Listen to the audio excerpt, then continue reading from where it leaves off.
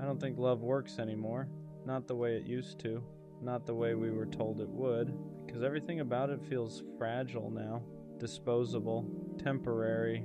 I used to believe love was something you built and protected. Something you chose every day. Something that got stronger the more you worked through it. Now it feels like something people try on. Like an outfit. Like a phase. Like something that lasts until it becomes inconvenient. And maybe that's just my experience talking. Maybe I'm jaded, maybe I'm tired.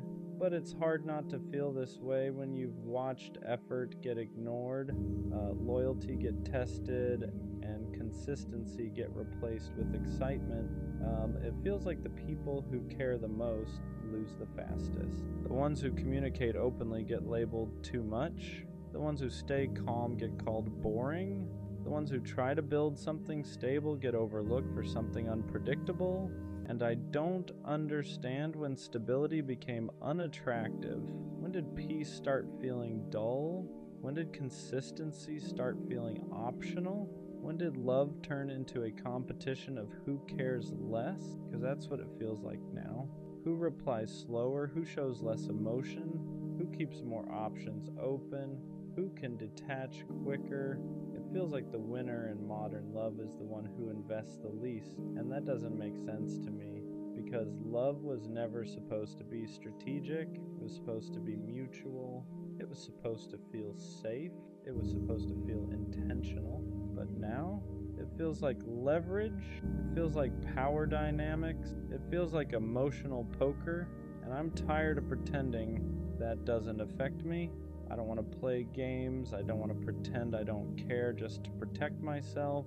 I don't want to withhold affection just to maintain mystery. But every time I show up genuinely, it feels like I lose. And after enough losses, you start questioning the system, not yourself, the system. Because if doing things the right way keeps ending the wrong way, you start wondering if the rules changed, and maybe they did. Social media makes everyone feel replaceable. Dating apps make options endless. Attention is constant. Validation is everywhere, so commitment feels outdated. Why work through something uncomfortable when you can scroll into something new? Why communicate through confusion when you can ghost and reset? Why fix when you can replace? And I hate that mindset, but I see it everywhere. And after a while, it makes you wonder if love is even designed to last in this environment. If loyalty is rare, if depth is rare, if patience is rare. And when something is rare, it's harder to find. And when it's harder to find, you start feeling like maybe it doesn't work anymore. Not because love isn't real, but because people aren't built to sustain it. And that's the scariest thought, because I don't want to become cold. I don't want to stop believing, but I'm tired of investing in something that feels unstable. I'm tired of building just to watch it collapse. I'm tired of thinking something is solid just to realize it was temporary. And maybe love still works. Maybe it's just harder to find. Maybe it requires more maturity than most people are willing to bring. But right now, it feels broken. Not love itself, but the way we handle it. And I don't know if that's pessimism talking or experience. I think what makes me say, I don't think love works anymore isn't bitterness, it's exhaustion. Because every time I try to approach it the right way, intentional, honest, consistent, it feels like I'm bringing depth into a space that rewards detachment. And after a while, you start feeling like you're built wrong for this era. Like maybe you care too much. Like maybe you expect too much. Like maybe you still believe in something that everyone else quietly downgraded. It feels like effort used to mean something. Now effort feels risky. Because the more you give, the more exposed you are. And exposure in modern dating feels dangerous. The one who opens up first is vulnerable. The one who commits first is replaceable. The one who expresses feelings first is too invested. So people hold back, they ration affection, they ration honesty, they ration effort, and when both people are rationing, nothing fully forms. It becomes this half-built connection where nobody is fully in, just partially attached and partially guarded. And that's where love starts to feel like it doesn't work, because love requires surrender, not recklessness. Not obsession, but surrender.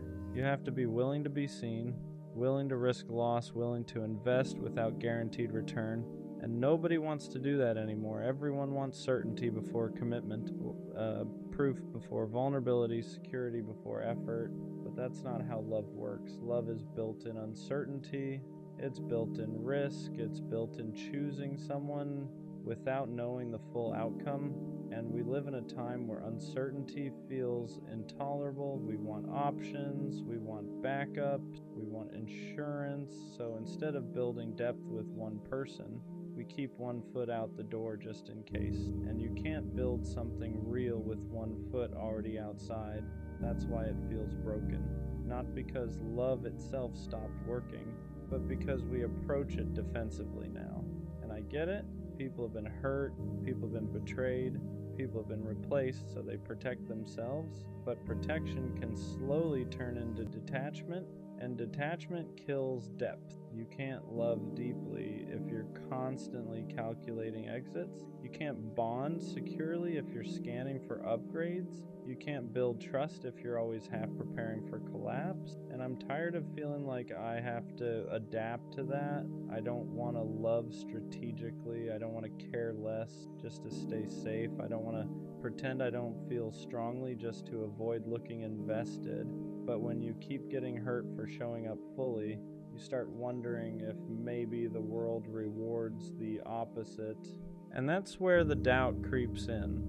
Maybe love doesn't work anymore because too many people are operating from fear instead of intention.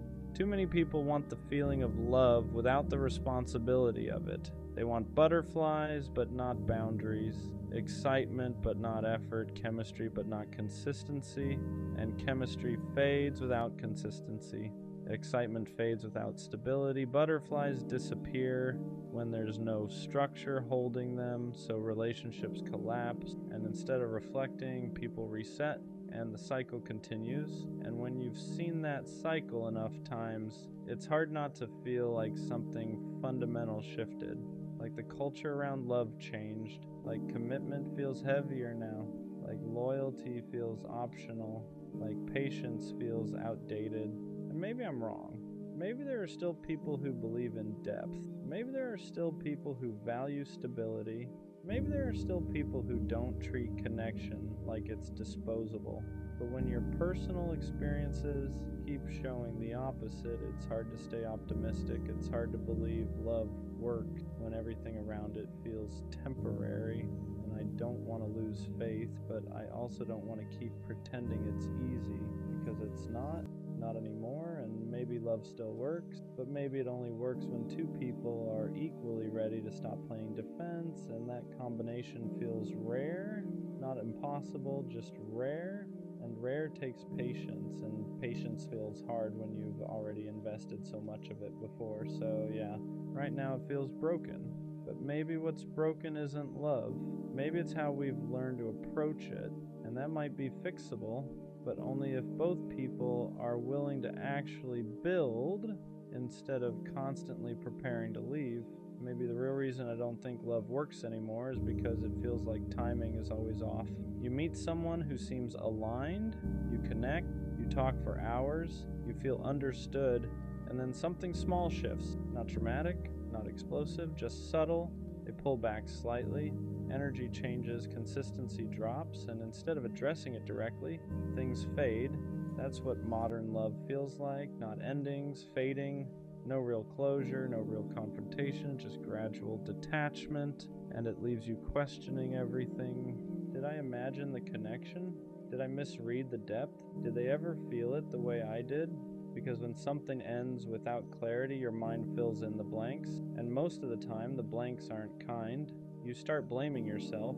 Maybe I was too much, maybe I wasn't enough, maybe I moved too fast, maybe I didn't move fast enough, and that mental spiral gets exhausting.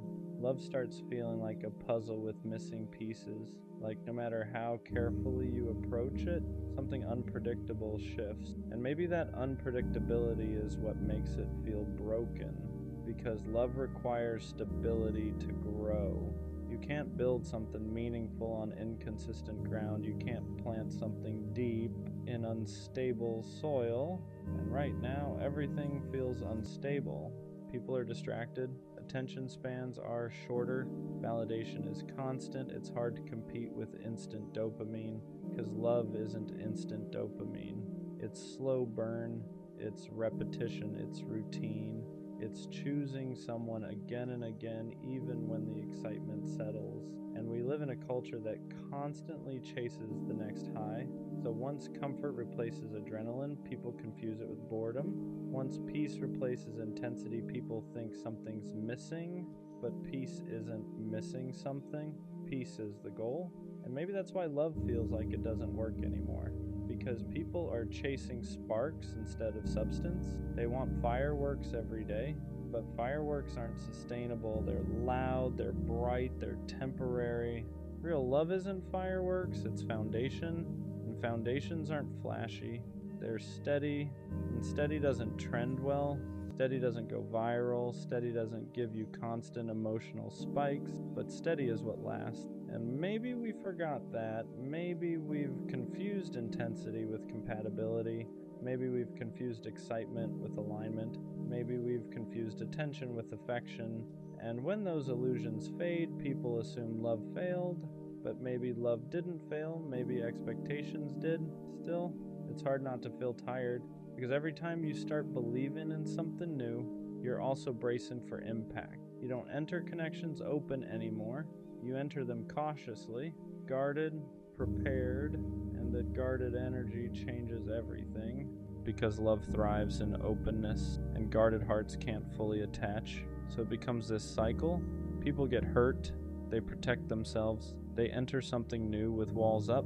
The connection never fully forms, it collapses. They say, see, love doesn't work. But maybe the walls are the problem. Maybe we're all trying to avoid pain so aggressively that we're also avoiding depth. And I don't know how to fix that, because I understand why people guard themselves. I do it too. After enough disappointment, you start building armor. But armor blocks connection just as much as it blocks harm.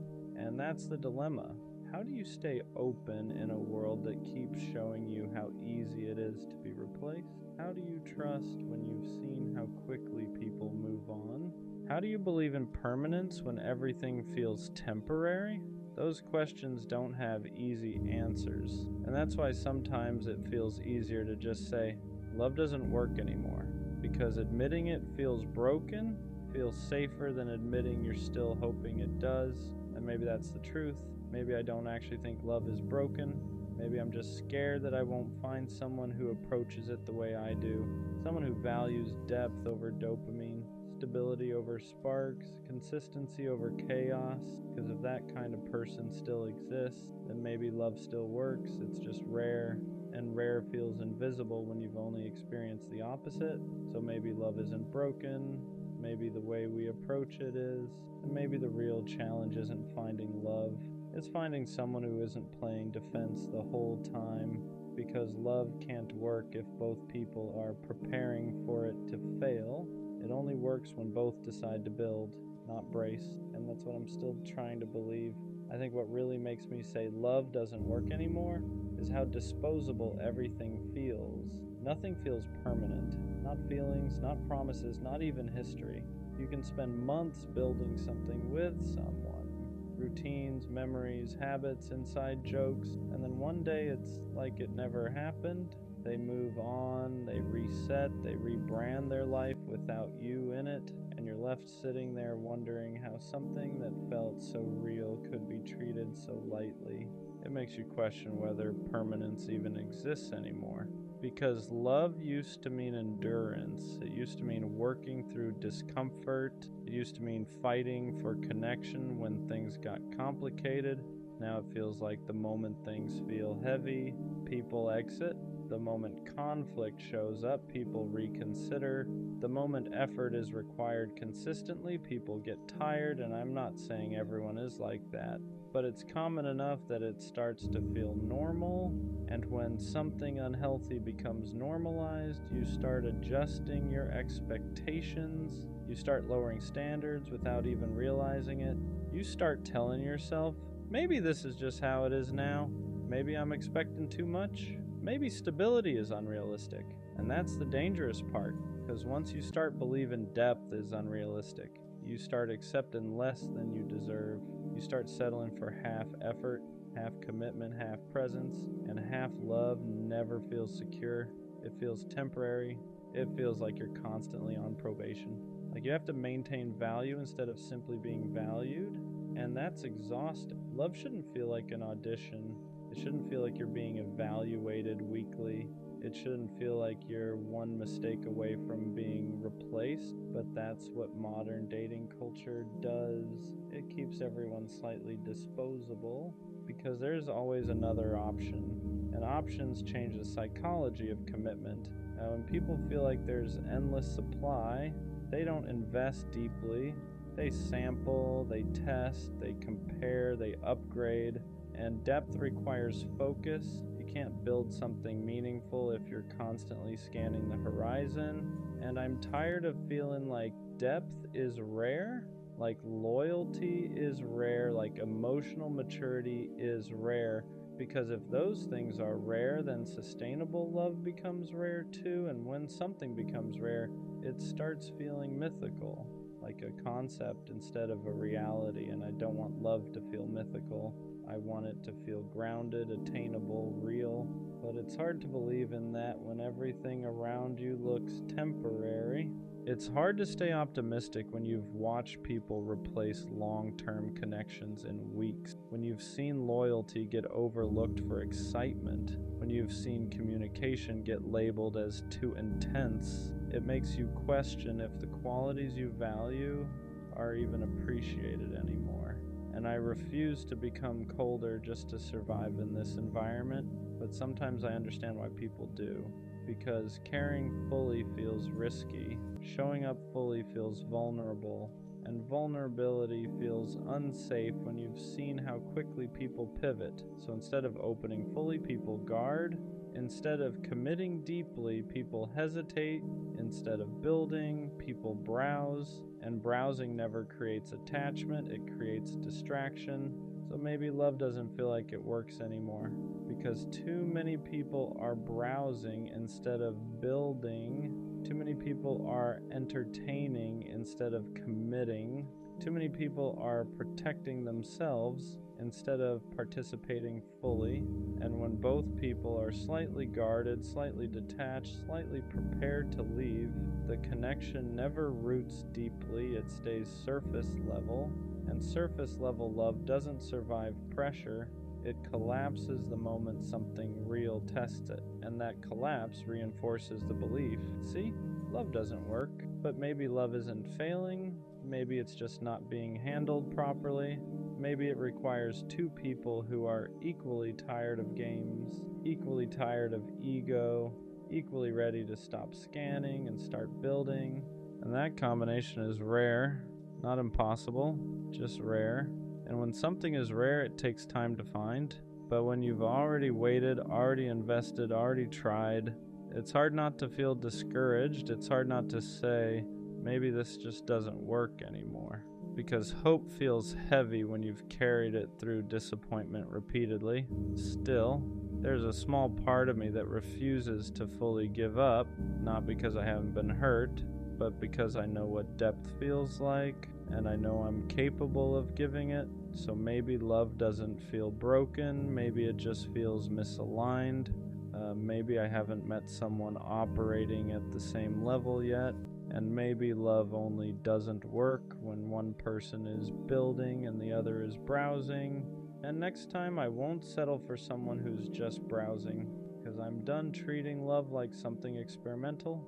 I want something intentional, and if that's rare, then I'll wait, but I won't pretend that what's common right now feels functional, because it doesn't, and that's why sometimes it feels broken.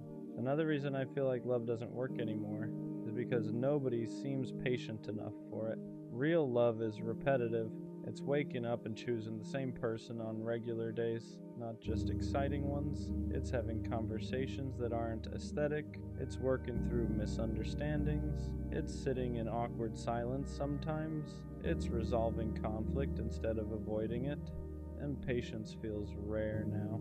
The moment something feels complicated, people start questioning compatibility instead of questioning their communication. The moment effort feels required, people start asking if there's someone easier. The moment discomfort shows up, people confuse it with wrong person. But discomfort isn't always misalignment. Sometimes it's growth, sometimes it's two different perspectives trying to learn each other.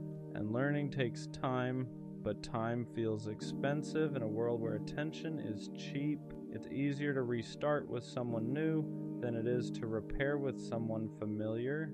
It's easier to chase a fresh high than maintain steady connection.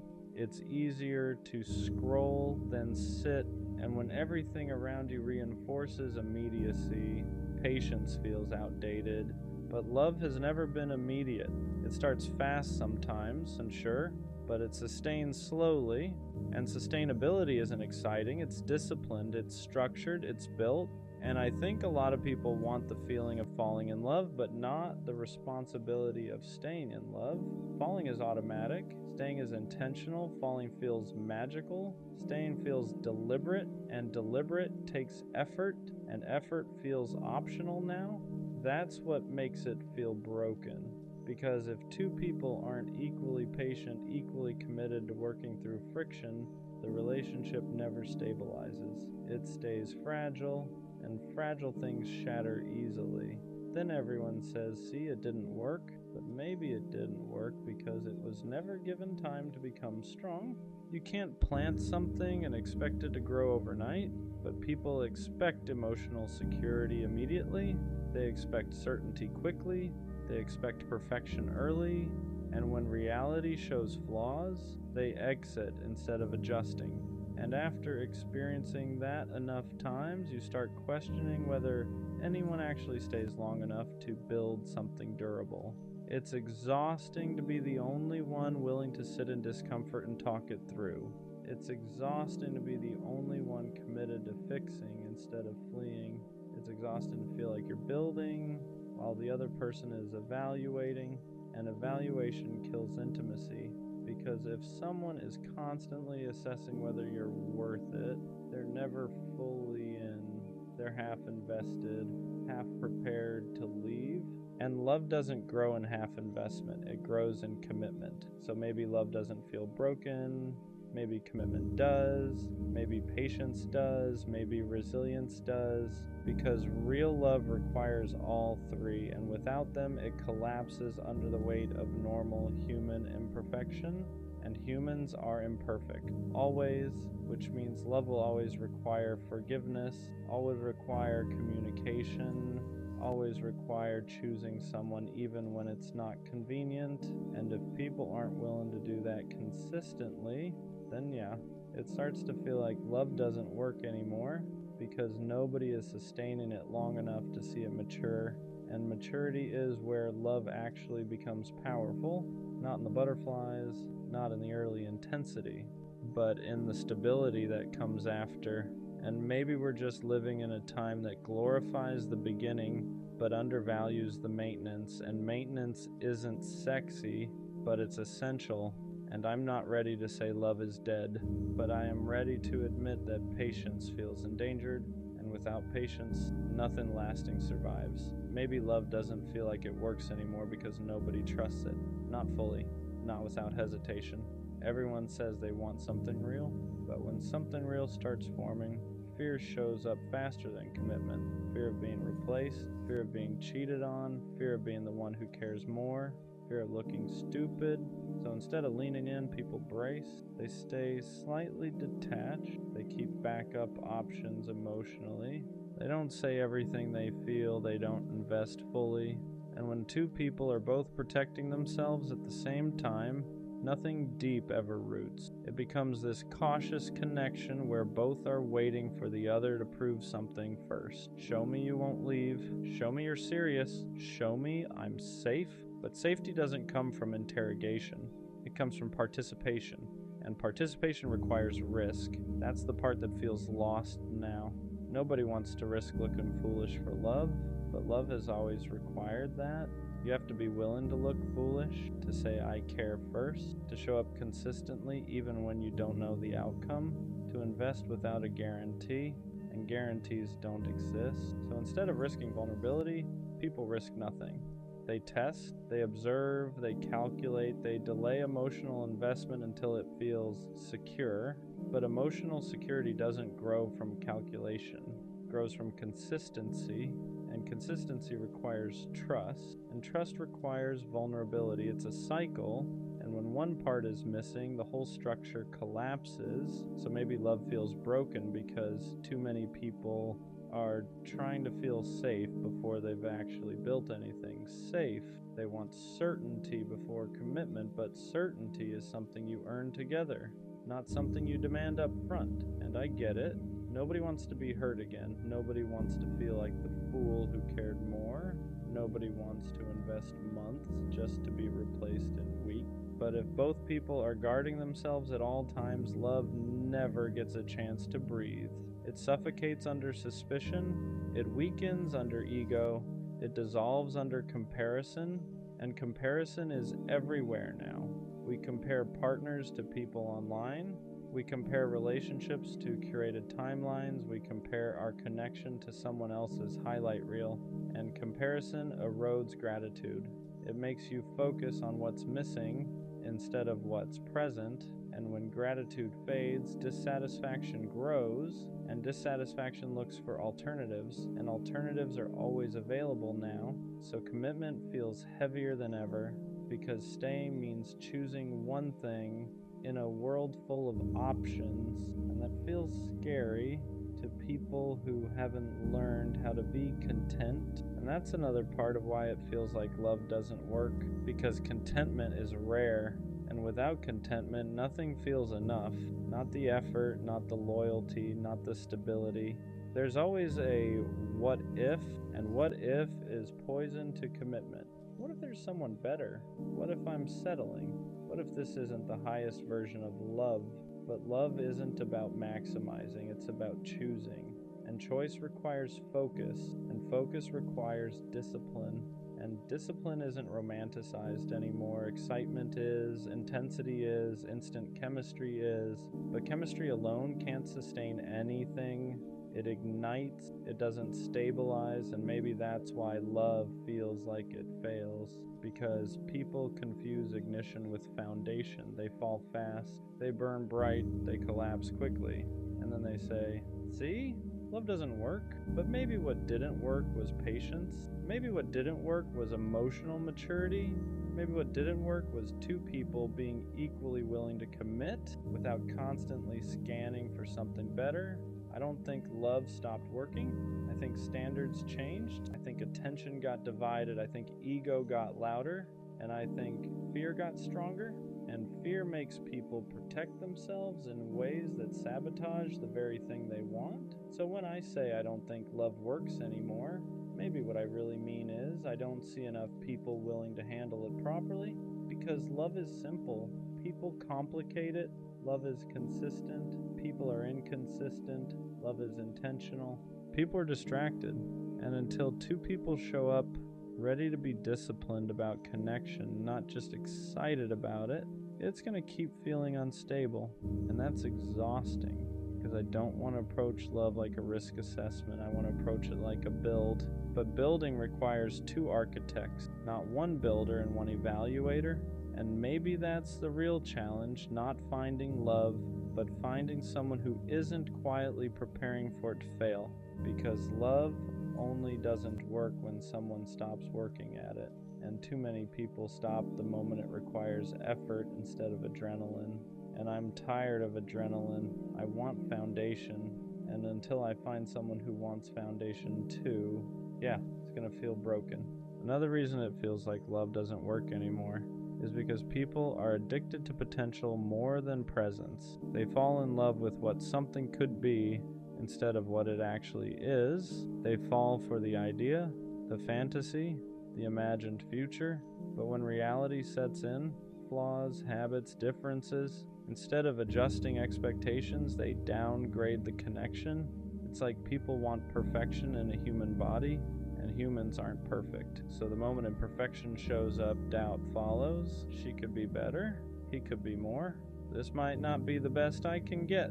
And that mindset destroys contentment. Because if you're always wondering if something better exists, you'll never water what's in front of you.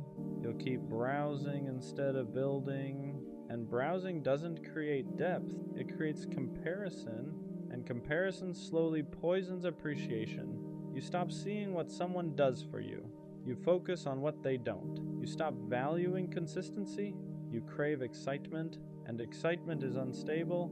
Love isn't built on constant excitement. It's built on reliability. And reliability feels boring if you're addicted to adrenaline. That's the uncomfortable truth. Some people don't want peace. They want chaos that feels passionate. They want intensity that feels cinematic. They want love to look like a movie. Dramatic, emotional, unpredictable. But real love is structured. It's routine. It's sometimes quiet, and quiet doesn't trend, quiet doesn't feel thrilling, but quiet is secure. And security is rare in a world that rewards unpredictability. So when someone gives you stability, it feels unfamiliar, and unfamiliar feels uncomfortable, and uncomfortable gets labeled as not right, so they leave, and then they chase something that feels intense again. And that cycle repeats, and every time it collapses, they say, love just doesn't work for me. But maybe it's not love that's failing, maybe it's expectations, maybe it's the craving for perfection, maybe it's the refusal to accept that long-term connection requires compromise and discipline, because compromise doesn't mean settling, it means adjusting. It means understanding that no person will check every box. It means valuing depth over dopamine. And dopamine fades, depth stays, but depth requires maturity. And maturity isn't loud, it's subtle, it's calm, it's secure enough to not constantly question whether something better exists. And that kind of security feels rare right now. It feels like people want love to feel good every second, but no connection feels good every second. There are misunderstandings, bad days, moments of frustration, and if someone expects constant emotional highs, they'll leave the moment it feels neutral. And neutral isn't bad. Neutral is stable, but stability doesn't give you butterflies, it gives you peace, and peace feels unfamiliar in a culture addicted to stimulation. So yeah, sometimes it feels like love doesn't work anymore because people don't recognize it. When it's calm, they mistake chaos for chemistry. They mistake unpredictability for passion. They mistake anxiety for attraction. And healthy love doesn't feel anxious. It feels steady. But if someone's nervous system is used to chaos, steady feels boring, and boring feels wrong. So they leave something stable for something intense. And intensity fades, and the cycle repeats, and that repetition creates the illusion that love is broken. But maybe what's broken is the way people define it. Maybe love hasn't changed. Maybe we have. Maybe we expect too much fantasy and not enough responsibility. Maybe we want effortless depth, but depth is never effortless. It's built, maintained, protected, and protection requires discipline, and discipline isn't romanticized anymore. But without it, nothing lasts. Well, maybe love still works, but only for people who understand that it's not supposed to feel like fireworks forever. It's supposed to feel like foundation. And foundation doesn't crumble at the first sign of imperfection. It strengthens when both people decide to reinforce it. And that's the part that feels rare. Not love, but two people equally ready to treat it like something sacred instead of something optional. And until that alignment happens, yeah, it's gonna keep feeling broken. And sometimes I wonder if the reason love feels broken is because people are more afraid of vulnerability than they are of loneliness. Loneliness is uncomfortable, but vulnerability feels dangerous. Loneliness just feels empty. Vulnerability feels exposing. And exposing yourself in a world where people can replace you in days feels reckless. So instead of risking being fully seen, People present edited versions of themselves, curated personalities, controlled emotions, measured effort, and when two curated versions try to connect, the connection stays surface level, because depth only forms when masks come off, and masks are safer. Masks protect ego, masks protect pride, masks protect image, but masks also block intimacy, and intimacy is what makes love feel alive. Without intimacy, you're just sharing space, and shared space isn't the same as shared depth. Maybe love feels broken because nobody wants to be the first one to remove the armor. Nobody wants to be the one who says, I care, without knowing if it'll be reciprocated. Nobody wants to look foolish, but love has always required risk, and if risk tolerance is low, depth tolerance is low too, and low depth means fragile connection, and fragile connection collapses under normal human imperfection. Then everyone says, see, it didn't work, but maybe it never had the chance to, because it was protected too heavily. You can't build something strong if both people are guarding themselves more than they're investing. And that guarding energy feels everywhere now. It feels like people are in relationships half committed, half prepared to exit, always scanning, always evaluating, always calculating, and calculation kills spontaneity. It kills surrender. It kills the soft parts of love, because soft parts require trust, and trust requires time, and time requires patience, and patience feels scarce. So people rush into feelings but hesitate into commitment. They want intensity without obligation, connection without responsibility, attention without accountability, and that imbalance makes everything unstable, because love isn't just emotion. It's discipline, it's consistency when things feel normal, it's showing up when excitement fades, and showing up isn't glamorous, but it's powerful, and maybe we forgot that.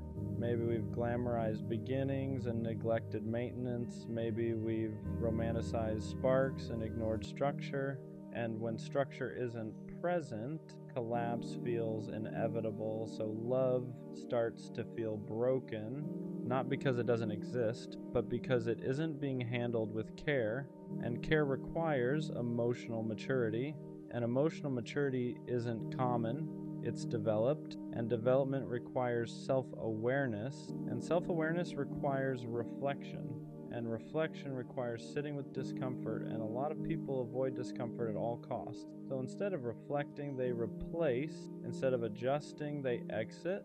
Instead of building, they restart, and restarting feels easier than repairing. But restarting resets the lesson too, and the cycle continues, and after watching enough cycles, it's hard not to feel like love is just temporary. Like everything eventually fades, like no one really stays. But maybe the problem isn't love, maybe it's our attention spans, maybe it's our tolerance for imperfection, maybe it's our fear of being fully seen, and maybe love only works when two people are brave enough to risk looking foolish for it, brave enough to commit without constant comparison, brave enough to stay when it's not cinematic, brave enough to build when it's not exciting. And that kind of bravery feels rare, but rare doesn't mean non-existent, it just means selective. And maybe the reason love feels broken to me is because I've seen too much avoidance and not enough bravery. But that doesn't mean bravery doesn't exist, it just means I haven't experienced it consistently yet. And that's frustrating, but frustration doesn't equal impossibility. It just means the standard is high, and high standards take time to align with. So maybe love isn't broken, maybe it's just misused. And until two people approach it with equal discipline and equal depth, it's going to keep feeling unstable. But I still believe, even if it's quiet belief now, that real love requires courage. And courage isn't loud, it's consistent. And when I find someone consistent enough to stay through discomfort instead of running from it, maybe it won't feel broken anymore. Maybe it'll finally feel built. There's another truth I don't always say out loud. Sometimes when I say I don't think love works anymore, what I really mean is I'm scared to believe in it again. Because believing in it requires hope, And hope is heavy when you've watched things fall apart more than once. It's easier to say love is broken than to admit you're afraid of being hurt again. It's easier to act detached than to admit you still want something real. It's easier to lower expectations than to risk disappointment. But the reason it still frustrates me so much is because I do believe in depth, I believe in loyalty, I believe in consistency, I believe in choosing someone and actually staying. So when I look around and see temporary everywhere, it feels like I'm out of place, like I'm built for something that isn't common anymore, and that can make you feel isolated. Because you start wondering if you're unrealistic, if you expect too much, if maybe you're the one who needs to adapt. But adapting to a culture that treats connection lightly feels like losing something essential, and I don't want to lose that. I don't want to become someone who loves halfway. I don't want to become someone who keeps emotional backups. I don't want to become someone who leaves at the first sign of discomfort. But when you keep getting hurt for caring deeply, you start questioning if depth is sustainable. You start questioning if maybe emotional availability is a liability. And that's where it starts to feel broken, because when emotional maturity feels like a disadvantage, something is misaligned. If being honest gets you labeled as too intense, if being consistent gets you labeled as too predictable, if being loyal gets you taken for granted, then it feels like the traits that build love aren't valued anymore, and that's exhausting. Because I don't want to play a game where detachment wins. I don't want to pretend I don't care just to maintain power. I don't want to approach relationships strategically. I want to approach them intentionally. And intentional love requires two people who are equally committed to depth, not one person building and one person browsing, not one person healing and one person distracting, not one person fighting and one person evaluating, two people building together. And maybe that's why it feels broken, because alignment like that feels rare, not because it doesn't exist, but because it requires both people to be self-aware enough to recognize what they're building. And self-awareness takes work, and not everyone does the work. But here's something I'm slowly realizing. Just because I haven't experienced that alignment consistently doesn't mean it doesn't exist. It just means I haven't found someone operating at the same emotional frequency yet. And maybe love doesn't feel like it works because I've been encountering people who are still figuring themselves out, still healing, still exploring, still distracted, and there's nothing wrong with that. But if two people aren't equally ready, love will always feel unstable. So maybe love isn't broken, maybe timing is, maybe readiness is, maybe emotional maturity is, and that's a different problem than love itself. Because love, real love, still requires the same ingredients it always has: trust, patience, consistency, effort, communication, choice. Those haven't changed. What's changed is how many people are willing to commit to them long term. And that's what makes it feel fragile, but fragile doesn't mean impossible. It just means selective. And maybe the reason it feels broken is because I haven't experienced the selectivity paying off yet. So do I really think love doesn't work anymore? Or am I just tired? Tired of building with people who weren't ready? Tired of investing in connections that weren't aligned? Tired of watching things collapse because one person stopped trying? Maybe what feels broken isn't love. Maybe it's my optimism. Maybe it's my patience. Maybe it's my energy. Because loving deeply takes energy. Believing in something lasting takes courage. And after enough disappointment, courage feels heavy. But here's what I know.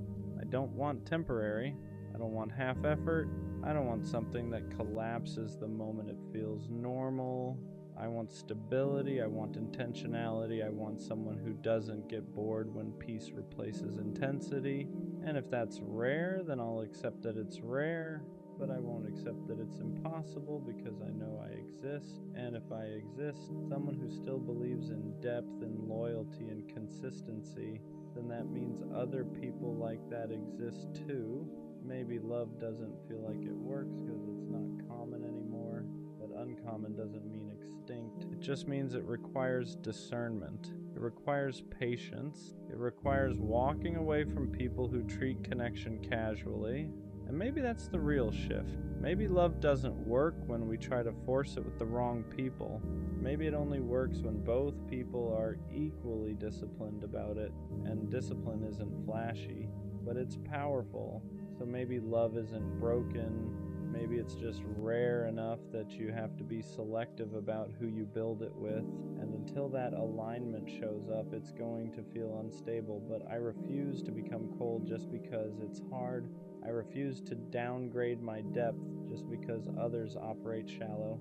And one day, when two people who both believe in building, not browsing, meet each other, love won't feel broken. It'll feel intentional. And intentional love, that still works. There's a point where saying love doesn't work anymore becomes less about love and more about self-protection. Because if I convince myself it's broken, then I don't have to risk it again. If I label it dysfunctional, I don't have to open up. If I tell myself everyone leaves, then no one can surprise me when they do. It becomes armor. And armor feels safer than hope. Hope requires vulnerability. Hope requires believing someone will show up differently than the last person did. Hope requires trusting that the next connection won't collapse the same way the others did.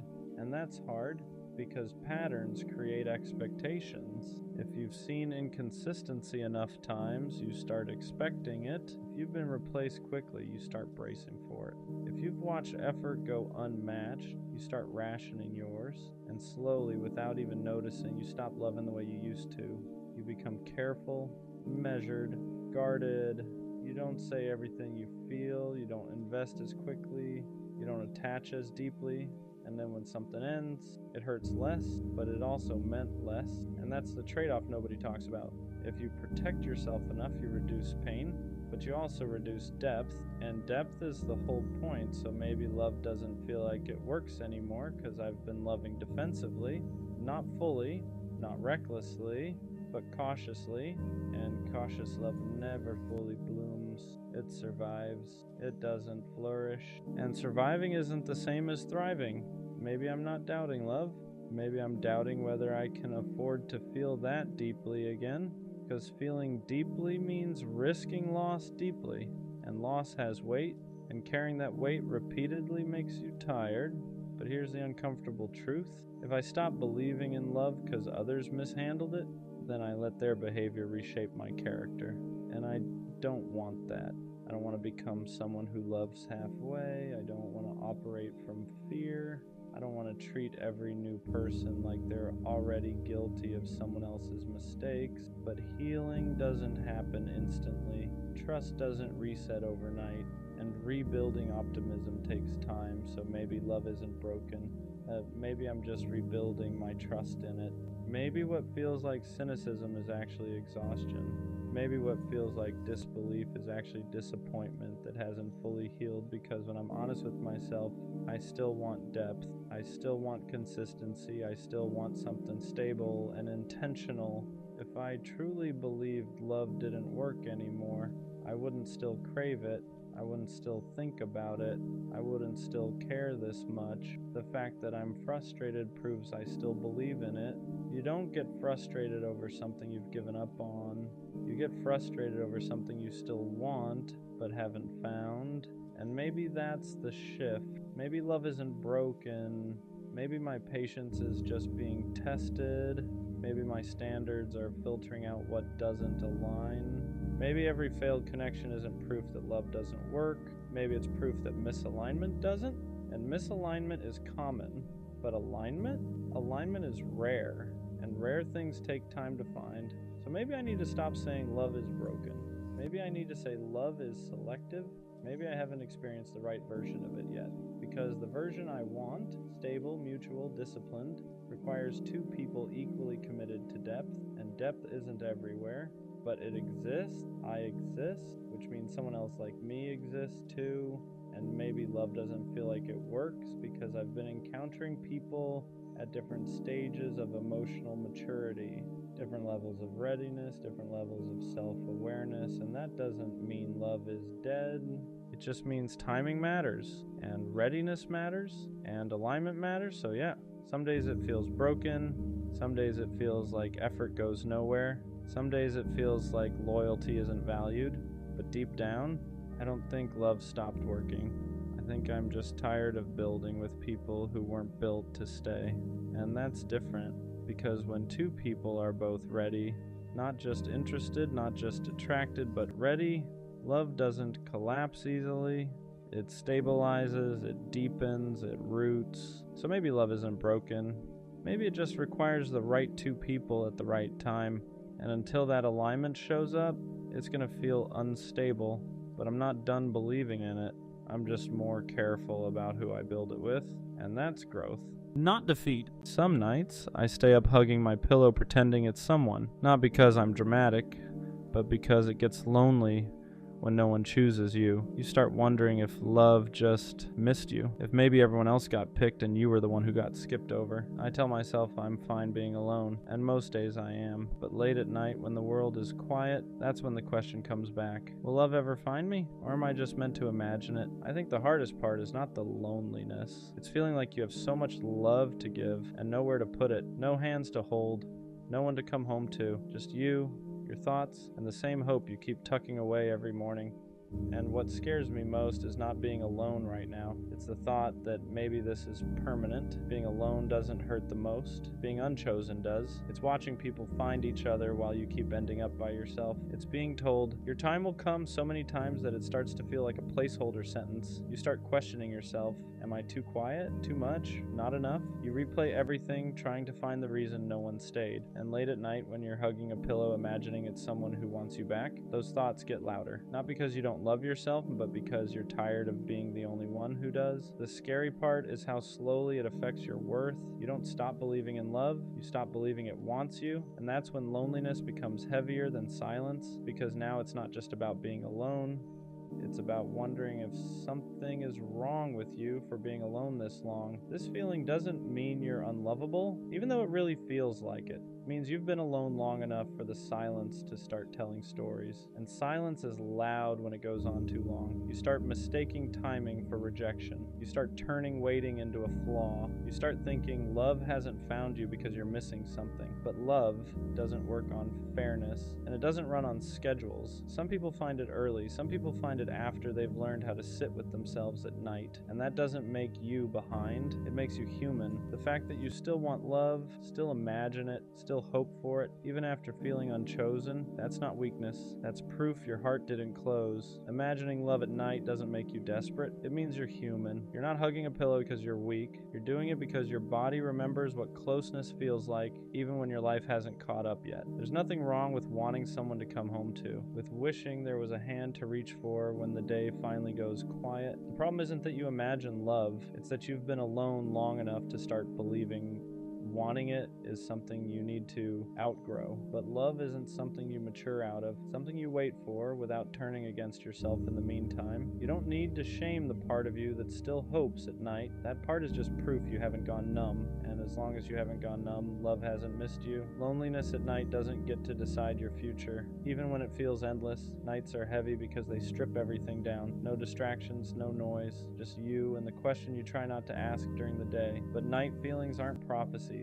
They're just unmet needs speaking when everything else is quiet. Being alone right now doesn't mean you'll always be alone. And being unchosen so far doesn't mean you're unchoosable. It just means you haven't been met yet. There's a difference. You're not behind. You're not forgotten. You're not running out of time.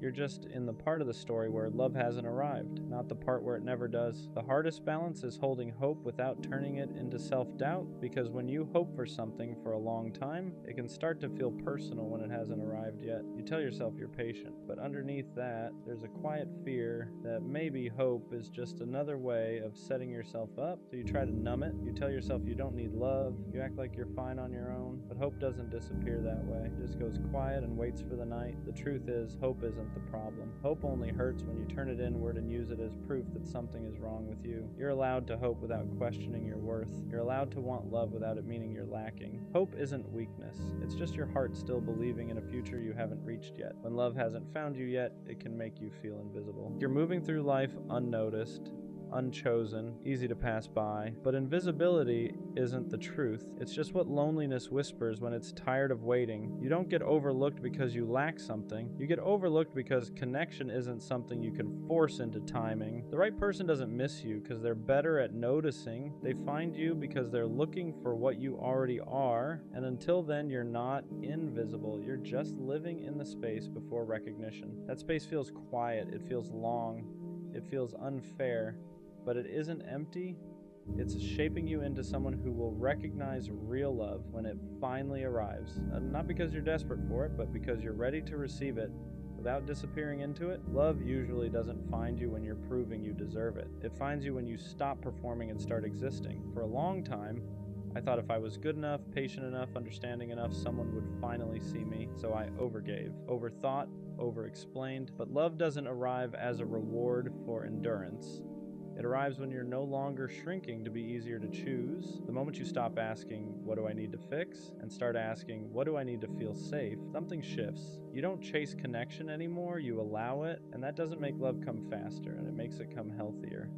Because the love that finds you then isn't choosing you because you tried hard enough. It's choosing you because you're finally standing still as yourself. Waiting is hard because it's empty time. Not empty in life, but empty in connection. You're still living, still growing, still doing everything you're supposed to do, but there's no one to share the quiet with, and that's where loneliness sneaks in. The difference between waiting and loneliness is what you tell yourself while you're there. Loneliness says, nothing is happening because I'm not enough. Waiting says, something hasn't arrived yet, and that's not a reflection of my worth. Learning to sit in the waiting doesn't mean pretending you don't want love. It means refusing to let the absence of it turn into self-blame. You can want love deeply and still treat yourself gently in the meantime. You can feel the quiet without letting it convince you that this is all there will ever be, because waiting isn't where your story ends. It's just the space between who you've been and who you're about to meet. There's a moment when hope stops hurting, not because love arrived, but because you stop fighting yourself while waiting. You stop asking the question every night with fear in it. You still want love, you still imagine it, but it no longer feels like your life is on hold without it. Hope becomes something gentle, something you carry, not something that weighs you down. You realize love finding you was never about being chosen faster or proving you're worthy enough. It was about becoming someone who doesn't disappear while waiting to be seen. And when that shift happens, loneliness loosens its grip, not because you're no longer alone, but because you're no longer against yourself. That's when hope becomes safe again, and that's usually right before love finally knows where to find you. Some nights you still wish someone was there, and that doesn't mean the healing didn't work. It just means you're human. Missing connection isn't a setback. It's not proof you're regressing or going backward. It's just your heart remembering what it wants to share. The difference now is that the wanting doesn't hurt the same. It doesn't spiral. It doesn't turn into panic. It doesn't make you question your worth. It just exists. You can want love without feeling empty without it. You can imagine closeness without feeling broken when it's not there yet. And that's growth. Because you're no longer waiting with desperation. You're waiting with trust. Trust that love doesn't miss people who are becoming more themselves. It finds them when they're steady enough to receive it without disappearing. The love that finds you after this season feels different, not louder, not dramatic, safer. It doesn't make you question yourself. It doesn't make you wonder where you stand. It doesn't ask you to stay up at night holding space for uncertainty. It meets you where you are. And because you've spent time alone, because you've learned how to sit with yourself, you don't cling to it, you appreciate it, you don't lose yourself in it because you know what it feels like to hold yourself first. That's why this waiting was never a punishment, it was preparation, not to make you stronger in a hard way, but steadier in a soft one. So if you're still alone right now, still asking if love will ever find you, it will. And when it does, you'll understand why it couldn't find you earlier. You weren't meant to be met when you were questioning your worth. You were meant to be met when you finally believed you were already enough. If you're asking that question right now, it doesn't mean you're behind. It means you're honest. You're honest about wanting connection, about feeling alone sometimes, about hoping there's more than just nights where you hug a pillow and imagine what could be. And that honesty matters. Love doesn't find people who gave up on it. It finds people who stayed open even when it hurt. People who learned how to be alone without becoming bitter, who waited without turning against themselves. So no, love didn't miss you. It just hasn't arrived yet. And when it does, it won't feel like something you chased or finally earned. It'll feel like something that recognizes you, like it knew where you were the whole time, and suddenly those nights won't feel so heavy anymore. Not because you forgot them, but because they led you right where you were meant to be. One day you won't ask the question anymore, not because love arrived overnight, but because you stopped measuring your life by what's missing. You'll still want connection, you'll still imagine it sometimes, but it won't feel heavy. You'll realize you didn't waste these nights. You were learning how to stay gentle in a quiet season. And that matters, because the love that eventually finds you won't have to convince you that you're worth choosing. You'll already know. And when someone finally holds you, it won't feel like something you waited forever for. It'll feel like something that arrived right when you were ready to be seen, not as someone hoping to be chosen, but as someone whole. We all know that one friend who's genuinely a good guy, not the fake nice kind, not the kind that's only good when it benefits him. I mean the real kind, the one who listens more than he talks, the one who checks in just because, one who walks her home, texts, "Let me know when you get there," and actually waits for the reply, not for points, not for validation, just because that's who he is. He shows up when people call. He remembers small details. He gives effort without keeping score. And somehow, he's always the one that gets hurt.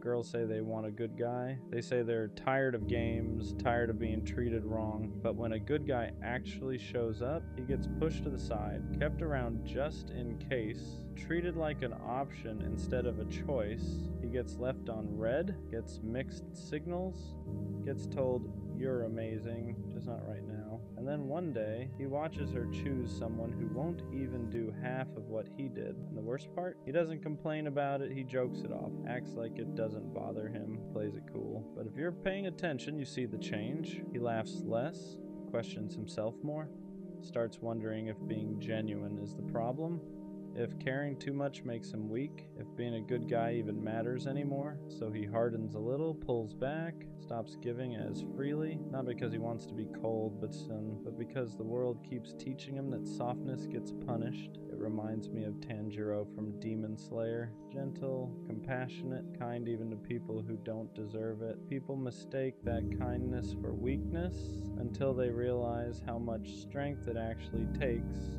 to stay good in a cruel world. That's the truth people forget. Real strength isn't loud.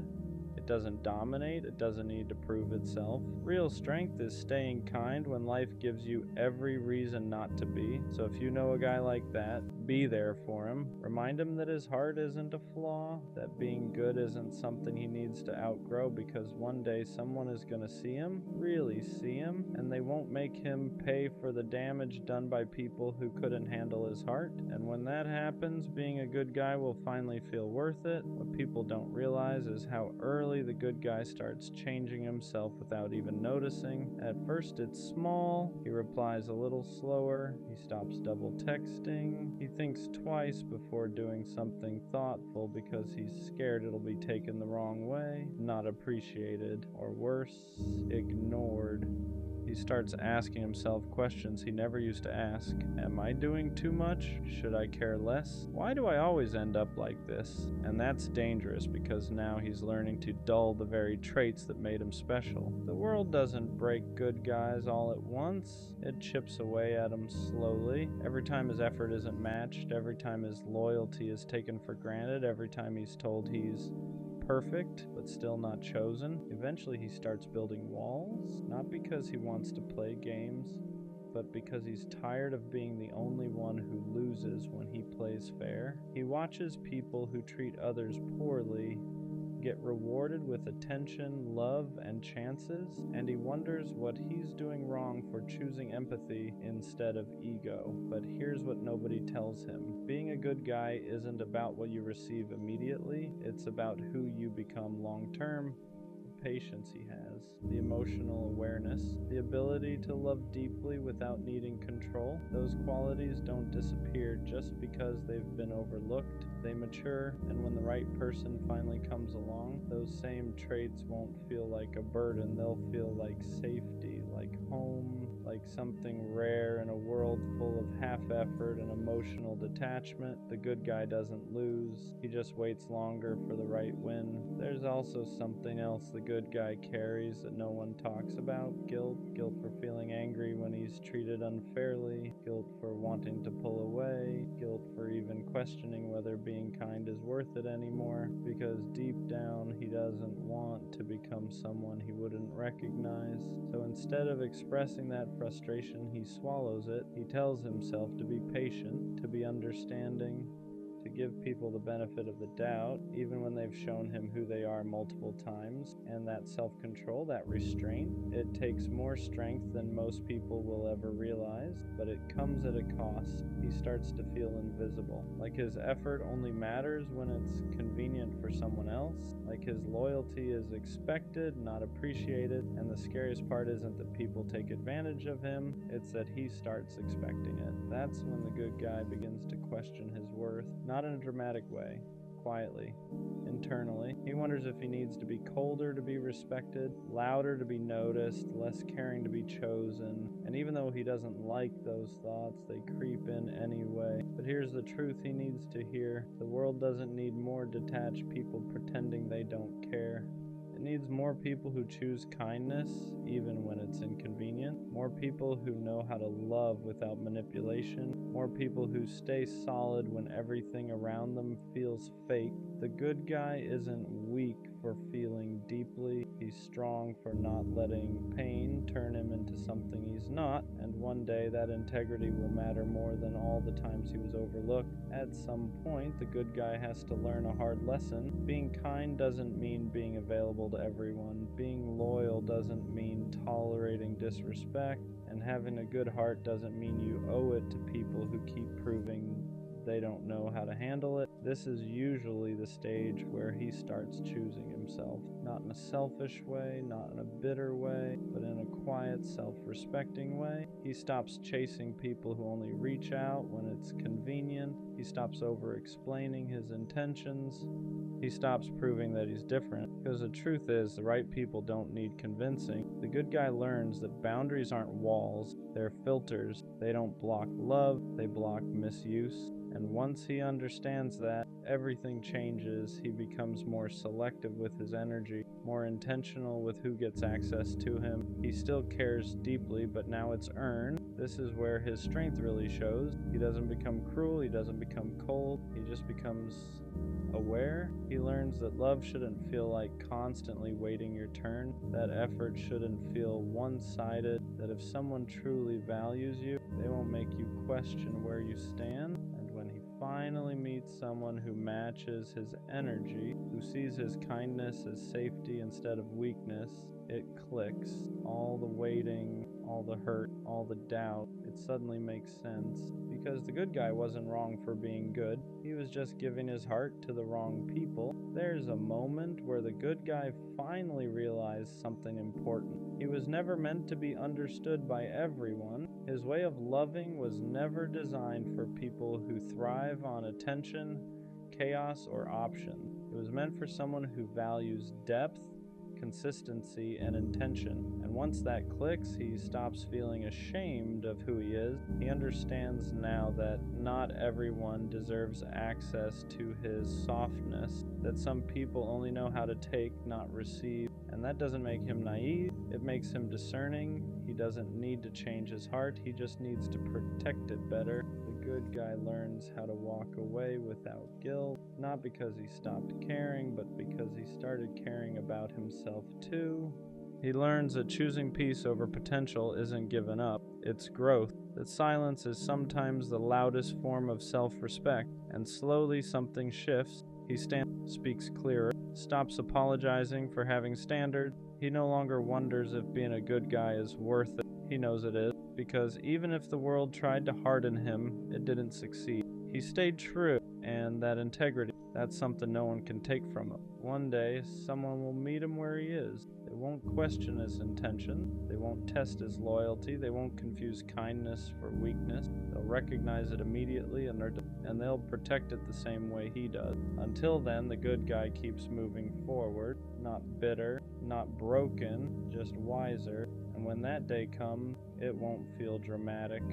It won't feel like a movie moment where everything suddenly makes sense all at once. It'll feel calm, familiar, almost quiet, because the right person won't make the good guy question himself. They won't make him wonder if he's doing too much or not enough. They won't make him feel like he has to shrink his heart to be accepted. They'll meet him where he stands. They'll appreciate the way he listens, the way he shows up, the way he loves without keeping score. And for the first time, he won't feel like his kindness is a liability. It'll feel like a gift, something mutual, something protected, something finally returned. The good guy won't have to explain himself anymore. He won't have to prove that his intentions are real. He won't have to play it cool or pretend he doesn't care. He'll be allowed to be exactly who he is, and that'll be enough. Until then, the journey matters.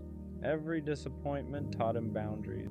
Every heartbreak taught him discernment. Every moment of doubt sharpened his sense of self. He didn't lose those years being overlooked. He was being prepared to recognize real love when it shows up, prepared to walk away from anything that feels half-hearted, prepared to protect his heart without hardening. So if you're that good guy reading this, don't change. Don't let the world convince you that you need to become colder to survive. Stay solid, stay honest, stay kind. Just be selective with who gets that version of you. Because the world doesn't need fewer good guys. It needs people brave enough to stay good even when it's easier not to. What people never see is how much discipline it takes for the good guy to stay the way he is. Every bad experience tempts him to harden up.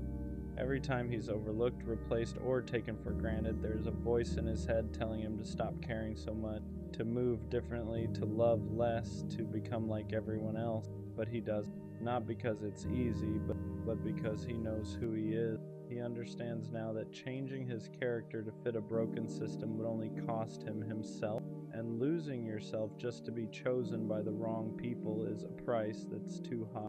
So instead of becoming colder, he becomes more intentional. Instead of closing his heart, he narrows the door. He learns that being good doesn't mean being accessible to everyone.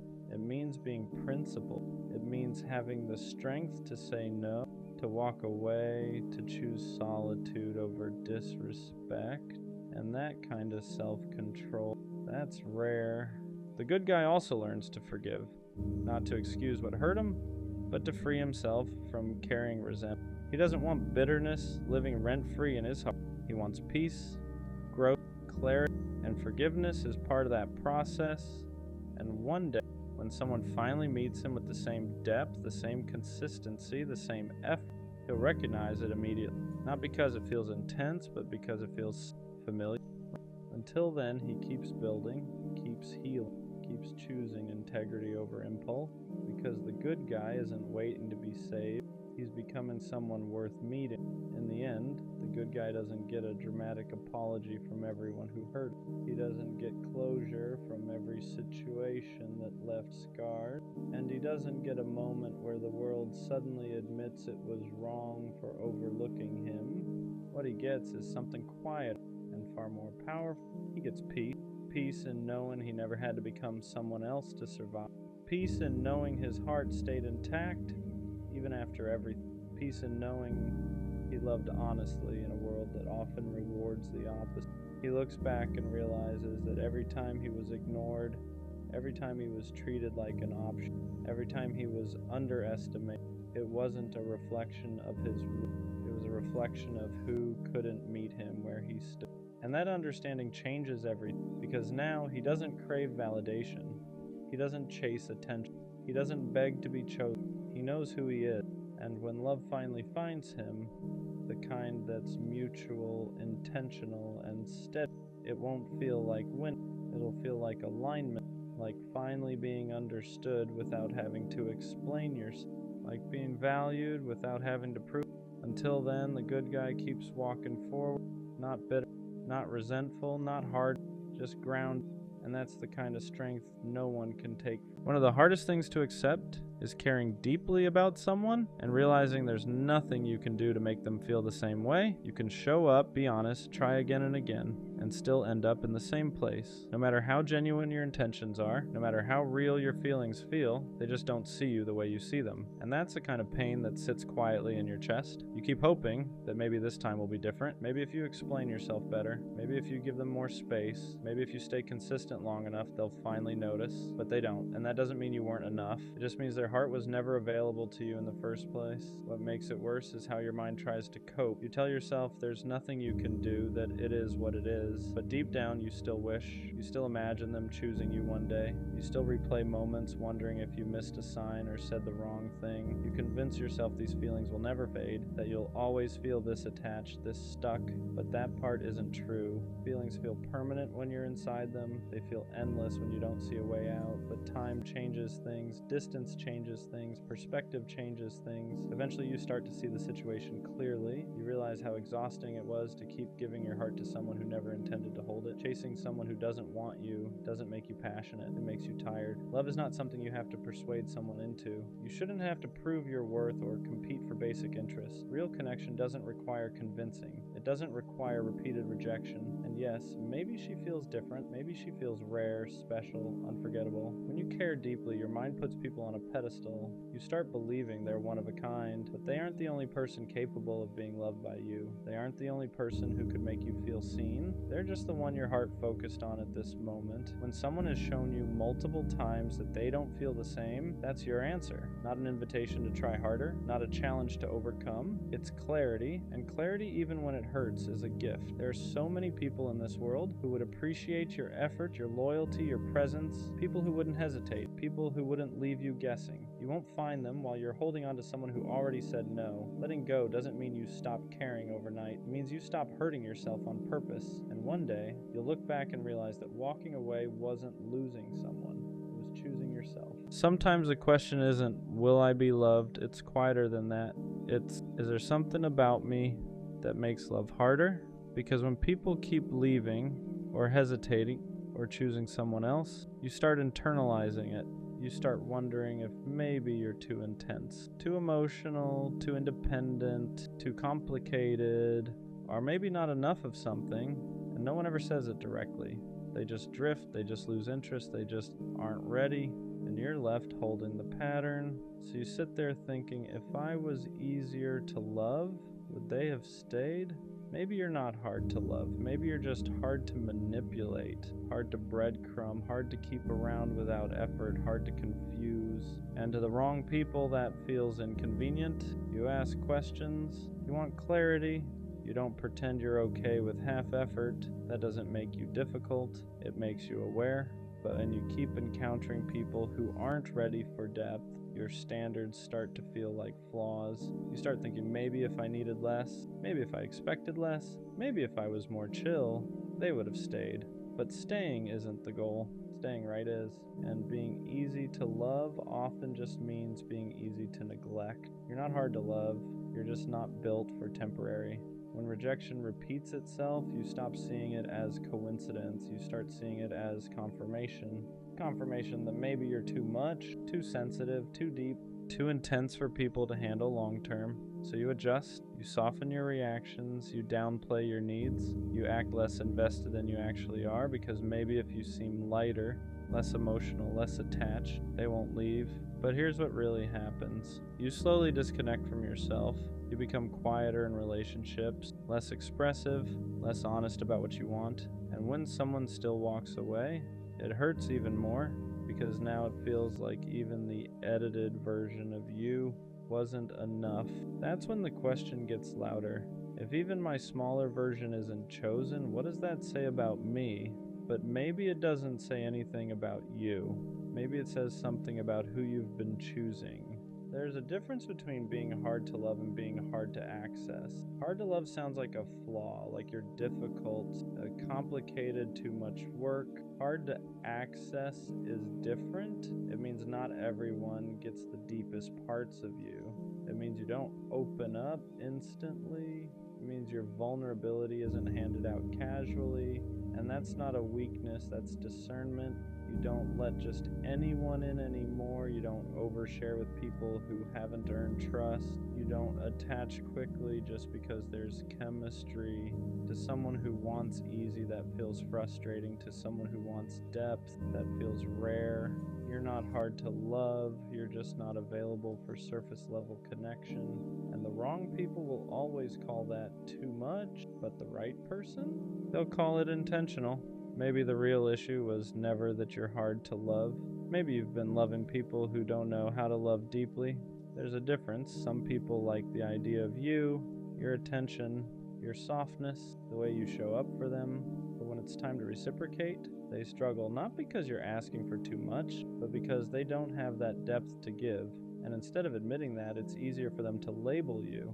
Too intense, too emotional, too serious. But wanting clarity isn't intense, wanting effort isn't emotional, wanting something real isn't serious, it's healthy. You're not hard to love, you're hard to half love, and that's where the tension comes from.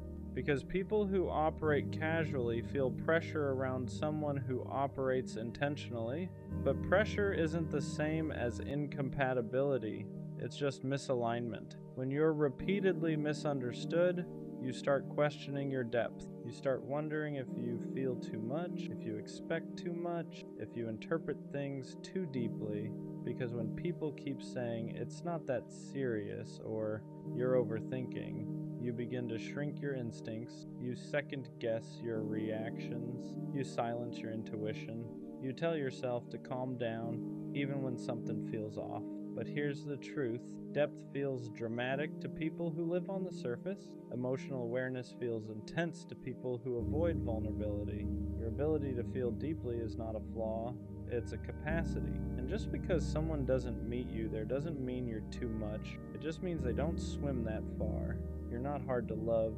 You're just not built for shallow connections. And that's not something you should dilute. At some point, the question changes. It stops being, am I hard to love? And starts being, are they capable of loving me properly? That shift is everything, because instead of dissecting yourself, you start observing them. Can they communicate clearly? Can they handle vulnerability? Can they stay consistent when things get real? Or do they pull away the moment depth shows up? You stop assuming you're the problem. You start noticing patterns. Some people love casually, some people love conditionally. Some people love only when it's convenient. And if you love intentionally, those dynamics will always clash. You're not hard to love. You're just not compatible with people who aren't emotionally available. And once you realize that, you stop shrinking, you stop softening your standards, you stop apologizing for wanting clarity, because love isn't supposed to feel like convincing someone, it's supposed to feel mutual. What if being hard to love actually means you're built for something rare? Rare love isn't rushed, it isn't casual, it isn't convenient, it's intentional. And intentional love requires emotional maturity, self-awareness, consistency. Not everyone has that. So when someone meets you and realizes they can't show up fully, it's easier for them to say you're too much than admit they're not ready. Rare things aren't accessible to everyone. Depth isn't for everyone. Loyalty isn't for everyone. Emotional honesty isn't for everyone. You're not hard to love, you're selective. And selective love filters out people who only wanted access, not responsibility. You don't need someone who loves lightly. You need someone who loves intentionally. And that kind of love is never going to come from everyone anyway. At some point, you stop fearing the label. You stop trying to prove you're easy. You stop trying to shrink your depth. You stop trying to soften your standards. If loving you requires clarity, effort, and consistency, then that's the requirement, not an apology. You don't dilute your emotions anymore. You don't pretend you're fine with surface level. You don't act detached just to seem low maintenance. You embrace it. Yes, you love deeply. Yes, you need communication. Yes, you value stability. That doesn't make you difficult. It makes you intentional. And when you stop treating your depth like a flaw, you stop attracting people who are intimidated by it, because confidence changes your energy. You're not asking, is this too much? You're asking, can they meet me here? And if they can't, you don't internalize it. You understand that not everyone is equipped for the kind of love you offer, and that's okay. So, am I hard to love? No, I'm just not easy to half love. I don't do confusion. I don't thrive on inconsistency. I don't mistake potential for commitment anymore. If loving me requires effort, that's because I give effort. If loving me requires honesty, that's because I offer honesty. If loving me requires depth, that's because I refuse to stay shallow. I used to think I needed to soften, to be less emotional, less aware, less intense, but the right love won't ask me to shrink. It won't call my standards too much. It won't label my needs as dramatic. It won't feel overwhelmed by my depth. It will meet it. So no, I'm not hard to love. I'm just built for someone who loves intentionally, someone who doesn't hesitate, someone who doesn't compare, someone who doesn't need convincing. And until that shows up, I'm not a problem to fix. I'm just not available for less. And that's not being hard to love. That's knowing exactly how I deserve to be loved. Sometimes I don't question if I love people. I question if I'm loved the same way back. Not liked, not wanted when it's convenient. Actually loved. The kind of love that chooses you even when it's inconvenient. Because attention is easy to get. Replies are easy. Compliments are easy. Late night I miss you texts are easy. But consistency is rare. And sometimes I sit there wondering, do they love me? Or do they just like how I make them feel? I show up fully, I remember details, I check in, I move intentionally. So when effort feels uneven, it doesn't make me angry. It makes me question everything. Am I asking for too much, or am I just asking the wrong person? You can be surrounded by people and still feel unloved, because love isn't about volume. It's about depth. It's about feeling chosen without begging, feeling secure without overthinking, feeling valued without performing. And when you don't feel that, you start shrinking. Sometimes the scariest thought isn't, what if they leave? It's, what if they're here but they don't love me deeply? Because half love is confusing. It keeps you around. It keeps you hopeful, but it never fully reassures you. And that's exhausting. I think a lot of us don't need more love. We need clearer love. Love that says what it means, love that acts how it speaks, love that doesn't leave room for constant doubt, because if I have to guess, it doesn't feel safe. And maybe the real shift isn't asking, am I loved? So I do okay. Maybe it's asking, do I feel loved? Because love can exist, but if you don't feel it consistently, it won't heal you. It'll just confuse you. I don't want intense love. I don't want dramatic love. I want steady love, the kind that doesn't disappear when things get heavy, the kind that doesn't go quiet when reassurance is needed, the kind that doesn't make me earn my place. If I'm loved, I shouldn't have to decode it. I shouldn't have to overanalyze it. I shouldn't have to convince myself of it. Love shouldn't feel like a debate. It should feel like certainty. So am I loved? Maybe the better question is, am I staying in spaces where I consistently feel valued? Because real love doesn't make you question your worth.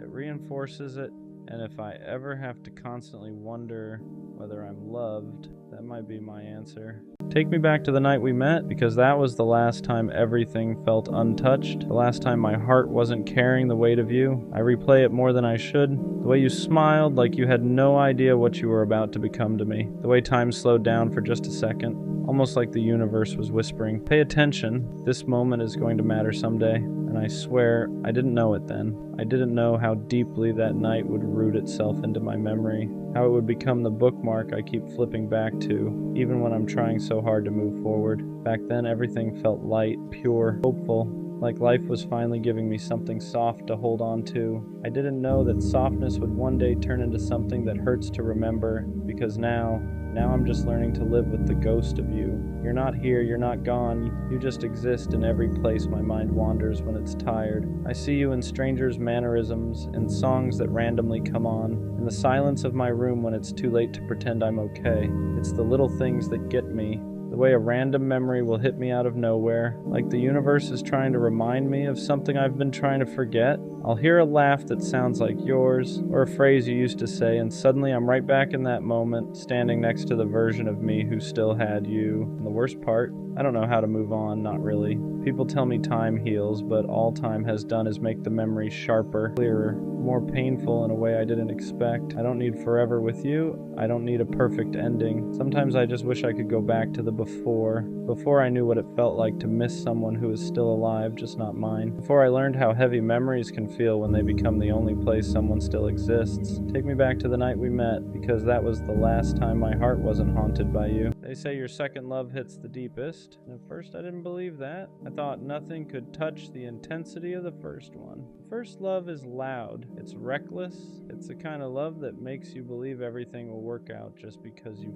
feel it so strongly. You fall without thinking, you trust without fear, you don't even know what heartbreak really is yet, so you give everything freely. But the second love comes after reality has already introduced itself. It comes after disappointment, after the nights where you questioned your worth, after you learned that love doesn't always stay no matter how hard you try. So this time, you don't rush, you don't dive in head first, you hesitate, you analyze, you protect your heart like it's something fragile, because now you know it is, and that's what makes the second love different.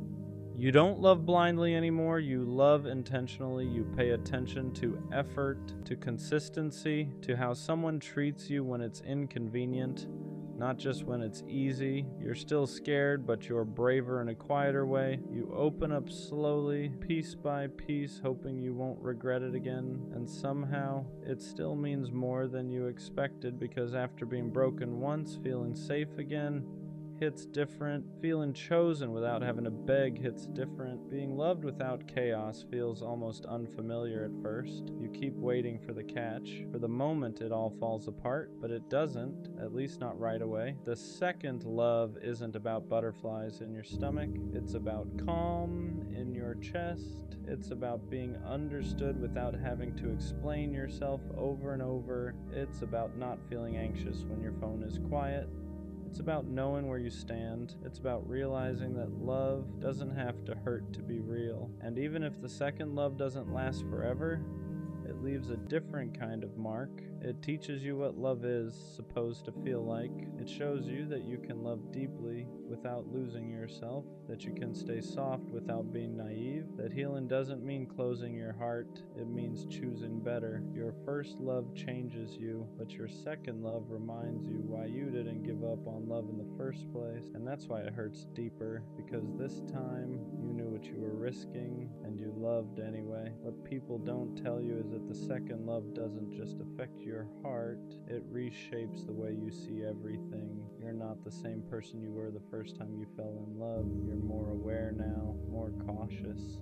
You've seen how quickly things can change, how someone can promise forever and still walk away. So you love with your eyes open this time. You notice the small things, the tone shifts, the effort levels, the moments where silence says more than words ever could. You're not naive anymore, but you're not closed off either. And that's the dangerous balance, because part of you is still hopeful, still wanting to believe that this time will be different, that maybe this love will be the one that stays. And because you're loving with intention now, when it starts to slip, you feel it immediately. The second love hurts because you don't get blindsided. You see it coming. You sense the distance before it's spoken. You feel the warmth fade before it's gone. You recognize the patterns because you've lived them before, and yet you still stay longer than you should.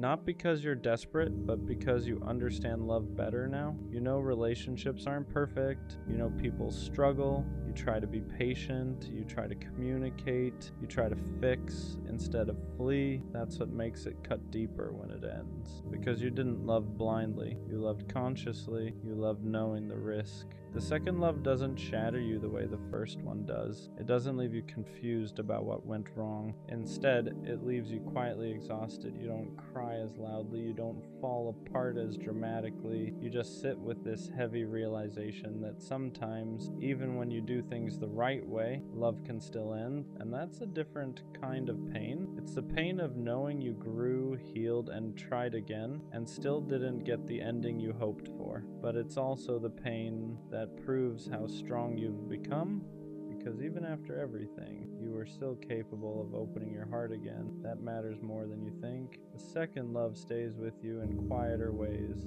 not as chaos, not as obsession, but as reflection. It makes you look at yourself differently, at the way you love, at the boundaries you set, at the parts of you that grew stronger and the parts that are still tender. You don't replay every moment wondering what you did wrong like the first time. Instead, you replay moments wondering how something that felt so healthy could still slip through your fingers. And that's when it hits you. Love isn't a guarantee. Effort doesn't come with insurance. Doing your best doesn't mean you'll always get to keep what you care about. That realization hurts, but it also matures you. You stop romanticizing pain. You stop thinking love has to be hard to be meaningful.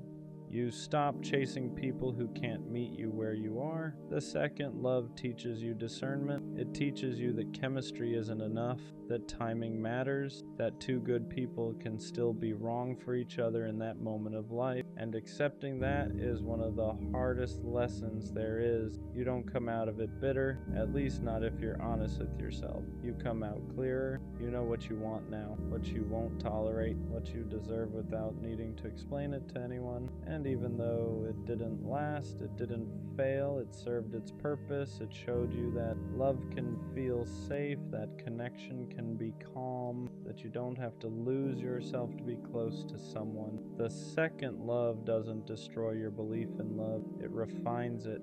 It strips away the fantasy and leaves you with truth.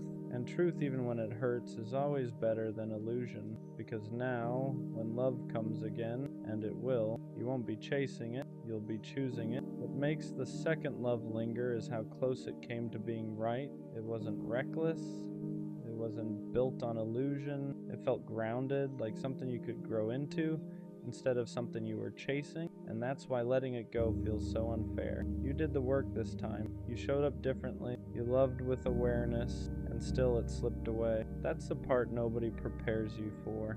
You start asking quieter questions. Not why wasn't I enough, but why wasn't this the right time? You realize that love isn't just about effort or intention. It's also about alignment. About two people being ready in the same season of life. And sometimes, no matter how real it feels, the timing just isn't there.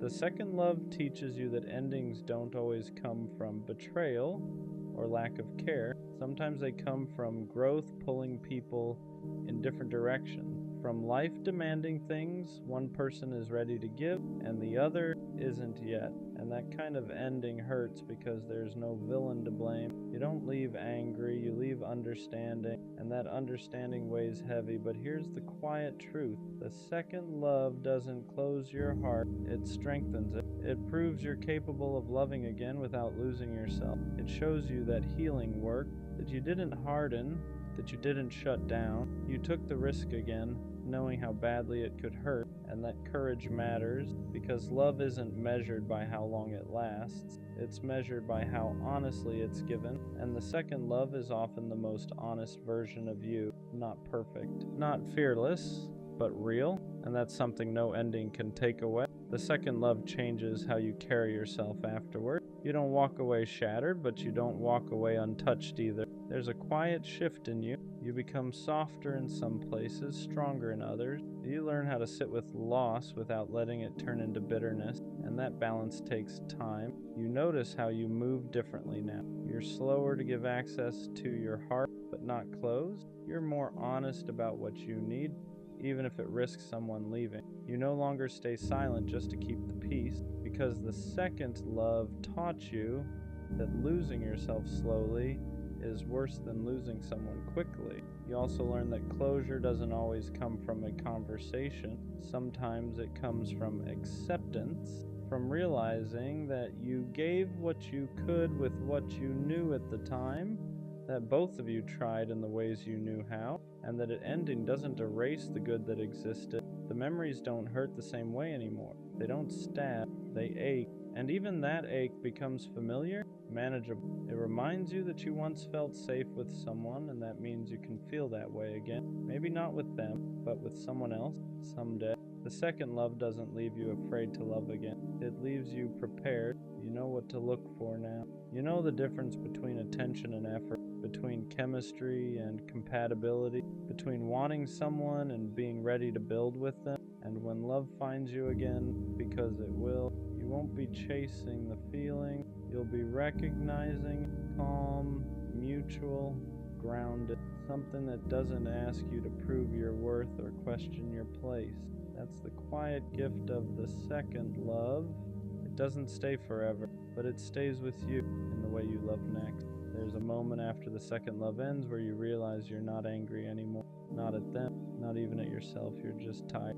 Tired in a way that only comes from caring deeply and trying your best. And that tiredness forces you to slow down and actually listen to yourself. You start asking different questions now. Not, how do I get them back? But why did I stay when I felt myself shrinking? You become more aware of the moments you ignored your intuition, the times your body knew before your heart was ready to admit it. And instead of beating yourself up for it, you start forgiving yourself for being human.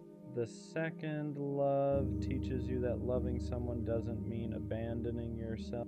That compromise shouldn't feel like self-erasure. That consistency matters more than intensity. And that someone can care about you deeply and still not be capable of loving you in the way you need. You also realize something else that's important. Just because a love ends doesn't mean it failed. Some connections are meant to show you a version of yourself you didn't know existed, a braver version, a more open version, a version that learned how to communicate, how to trust again, how to be vulnerable without losing control. And that version of you doesn't disappear when the relationship ends, it stays. You carry it into every interaction after, into the boundaries you set, into the standards you keep, into the way you walk away sooner when something doesn't feel right instead of forcing yourself to stay. The second love doesn't break you, it refines you. It teaches you how to love without fantasy, without desperation, without fear running the show. And even though it didn't last, it proves something important, that you're capable of loving in a healthy way. And once you know that, you never really lose. After the second love, you stop romanticizing ending. You understand that sometimes things don't fall apart loudly, they fade, they change shape. They quietly reach a point where staying would mean forcing something that's no longer aligned. And accepting that takes more strength than holding on ever did. You learn how to grieve without dramatizing. You let yourself miss them without wishing to undo the ending. You don't demonize what you adjust to make letting go easier. You honor it for what it was, meaningful, imperfect, and real. That kind of honesty with yourself is growth. You also become more intentional with your energy. You don't over-explain your feelings to people who aren't listening. You don't overextend yourself to prove your worth. You save your softness for those who handle it with care. Because the second love taught you how valuable that softness actually is. And slowly, without forcing it, you start to feel whole again. Not because someone replaced them, but because you learned how to stand on your own with everything you gained from loving. You realize that love didn't take anything from you. It gave you clarity, depth, emotional intelligence you didn't have before. The second love doesn't leave you empty, it leaves you wiser. You understand now that love isn't about avoiding pain, it's about choosing something real, knowing it could hurt, and still showing up with honesty. And when you're able to do that without losing yourself, that's when love becomes something powerful instead of fragile. You're not the same person you were before them. You're better prepared for what comes next. The second love stays with you not as pain, but as proof that your heart didn't close after being hurt. Proof that you didn't let fear turn you cold. Proof that even after disappointment, you were still willing to try again. And that matters more than whether it lasts. because the goal was never to avoid heartbreak forever. The goal was to love without losing yourself. And the second love showed you that you could be open without being reckless, vulnerable without being naive. You learned how to love with balance, and one day when love comes again, you'll feel the difference immediately. It won't feel rushed, it won't feel heavy, it won't feel like you're walking on eggshells or trying to prove your value. It'll feel mutual, steady, easy in a way that doesn't scare you. You won't be chasing a feeling anymore. You'll be choosing a person, and that's the quiet beauty of the second. It doesn't promise forever, it prepares you. It teaches you that love doesn't need to hurt to be meaningful, and that peace is just as powerful as passion. So if your second love didn't last, don't mourn it like a failure. See it for what it really was. A turning point, a lesson, a reminder that your heart is still capable of real connection. The first love opens your heart. The second love teaches it how to stay open.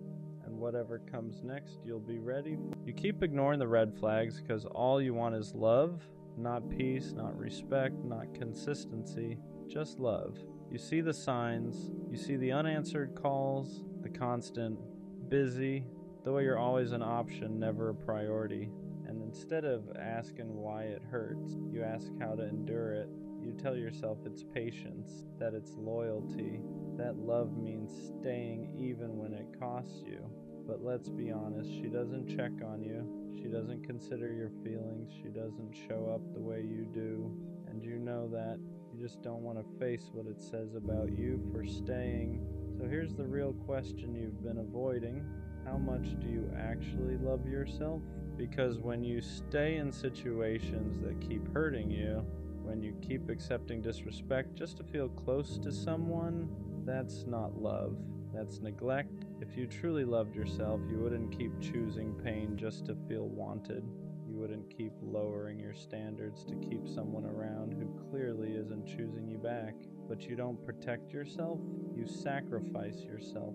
Because being alone scares you more than being hurt. And that's why you accept the bare minimum. That's why you stay in toxic cycles. That's why you confuse attachment with love. You're not holding on because it's good for you. You're holding on because it's the only version of love you think you deserve. And that's the lie. You don't need someone else to complete you. What you actually need is to stop outsourcing your worth. Because the moment you start loving yourself, really loving yourself, you stop begging for attention. You stop tolerating disrespect. You stop calling pain connection. You stop chasing people who only show up halfway. Self-love doesn't make you selfish. It makes you unavailable to anything that keeps breaking you. And until you learn that, you'll keep calling suffering love and calling survival loyalty. You are worth more than crumbs. You are worth more than confusion. You are worth more than being an option. But no one can convince you of that until you decide to believe it yourself. Here's the truth you keep avoiding. You don't stay because you don't see the red flags. You stay because you think leaving means nobody else will love you. So you make excuses. She's busy. She's going through stuff. She just doesn't show love the same way. But effort isn't a love language. It's a choice. And when someone keeps choosing not to show up for you, that's not confusion, that's clarity. You're not being patient. You're being hopeful in a place that's already shown you who it is. You keep giving grace to people who wouldn't give you the same. You keep explaining your pain to someone who already decided it wasn't important enough to change. And every time you stay, you send yourself a message. My feelings come second. My needs are optional. This is the best I can get.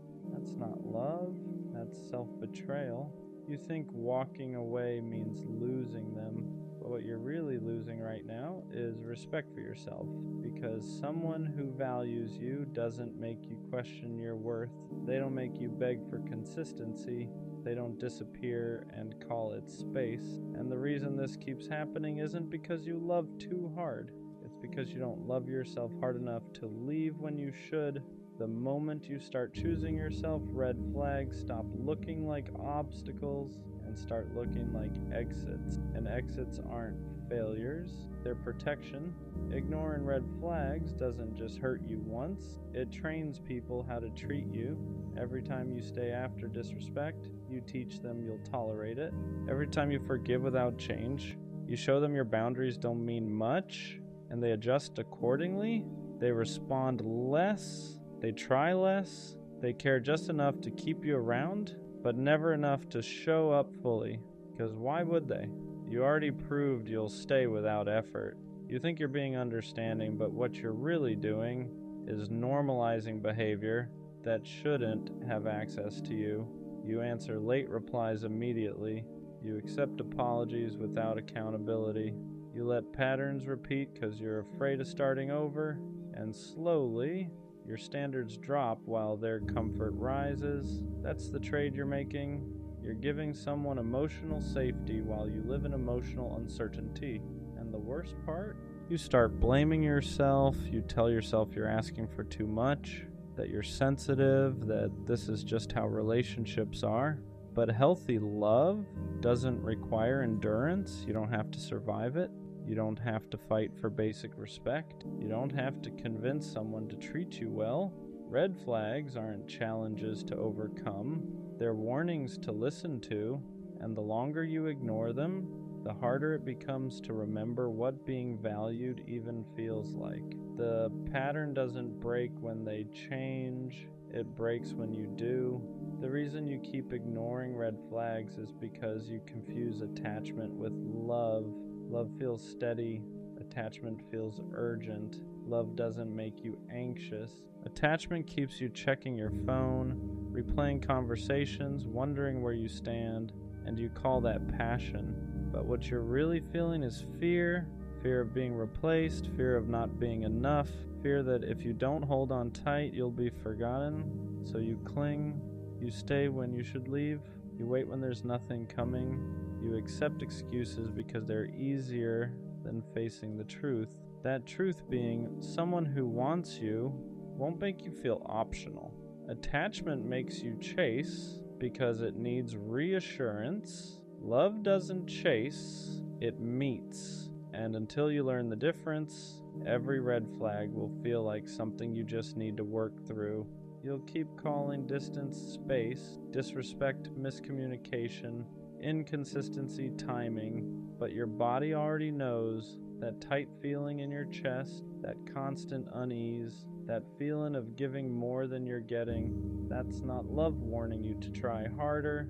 That's your self-respect telling you to stop. You don't need clearer signs. You don't need closure. You don't need one more conversation. You need the courage to admit that attachment is keeping you stuck in places love would never ask you to stay. Walking away feels harder than staying because staying lets you avoid the truth. As long as you're still there, you can tell yourself it might change, that maybe tomorrow they'll care more, that maybe you're just being tested. Hope keeps you stuck because leaving means admitting you invested in something that wasn't good for you.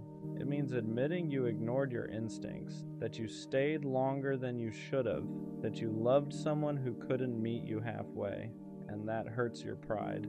So instead, you endure. You tell yourself pain is temporary, that love requires sacrifice, that every relationship has rough patches. But here's the part you don't want to hear. Love doesn't consistently make you feel small. It doesn't drain you. It doesn't confuse you. It doesn't make you feel like you're asking for too much just by wanting basic respect. You stay because leaving forces accountability, not for them, but for you. It forces you to ask why you accepted less, why you ignored the signs, why you stayed quiet when your boundaries were crossed. And that's uncomfortable. But staying is costing you more than leaving ever will. Every day you remain in a situation that disrespects you, you reinforce the belief that this is all you deserve, and that belief is the real damage. Walking away isn't giving up on love, it's giving up on self-betrayal.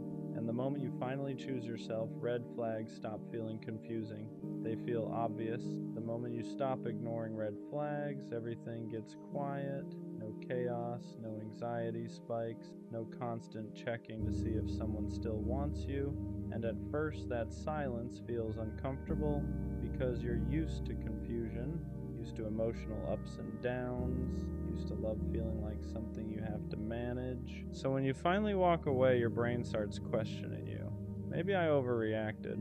Maybe I should have stayed. Maybe this is just how love feels. But that's just withdrawal. You're not missing them. You're missing the familiarity of the pattern, because ignoring red flags wasn't just about them. It was about what you were willing to tolerate to avoid being alone. Now that you've chosen yourself, you start seeing things clearly.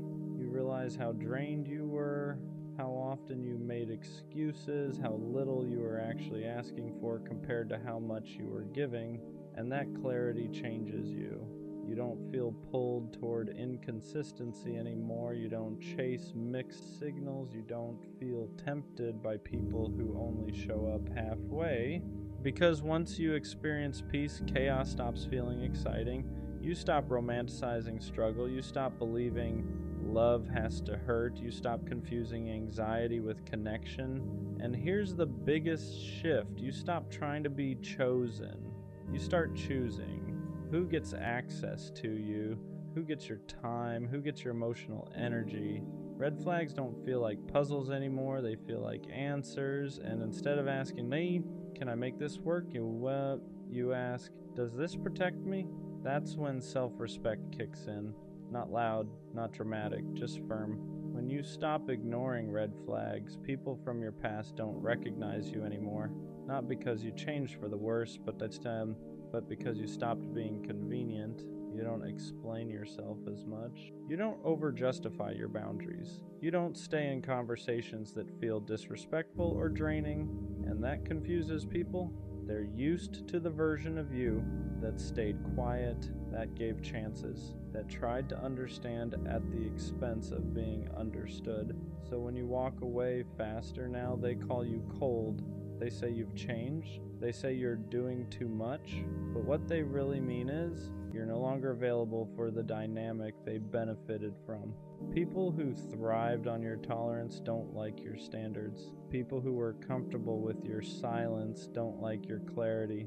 And that's okay, because growth isn't about being liked, it's about being protected. You're not harsh, you're not bitter, you're not closed off. You're just done negotiating your self-respect. You no longer wait for disrespect to become unbearable before leaving. You don't need proof anymore. The first pattern is enough. And here's the part that matters most. The right people won't question this version of you. They won't push your boundaries. They won't test your tolerance. They won't need you to over-explain. They'll feel your standards and meet them naturally. Anyone who leaves because you stopped accepting red flags was never meant to stay anyway. That's not loss, that's alignment. Self-respect feels lonely at first, not because you're doing something wrong, but because you stopped tolerating what everyone else normalized. You don't have constant access to people anymore. You don't have drama to distract you. You don't have half connections keeping you entertained. And that quiet can feel heavy, because for a long time, chaos made you feel needed, inconsistency made you feel chosen, fixing things made you feel valuable. Now none of that is there, and your brain tries to convince you that you're missing out, that maybe you were happier when you stayed, that maybe standards are overrated, that maybe being lonely is worse than being disrespected. But that's just the adjustment period. You're unlearning a pattern where love had to hurt to feel real. Self-respect strips away the noise and leaves you with truth. You start seeing how many connections were built on convenience instead of care. How many people stayed because you made it easy for them, not because they valued you. And yes, that realization stings, but it also gives you something you didn't have before. Peace, no guessing, no waiting, no emotional whiplash, just clarity.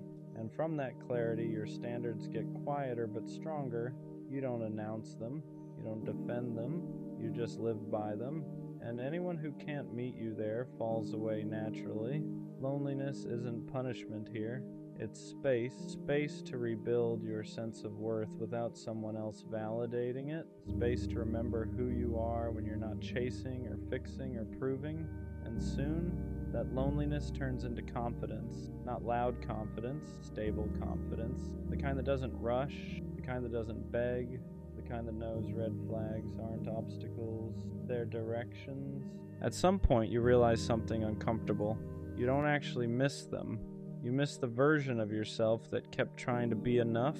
You miss the effort you gave, the hope you held on to, the belief that if you just loved harder, things would finally change, because chasing gave you purpose. It made your pain feel meaningful. It made waiting feel justified. It made disappointment feel like part of the process. Now that you've stopped, there's nothing left to fix. And that's when the grief shows up. You grieve the time you spent trying to earn what should have been given freely. You grieve the energy you poured into people who never poured back.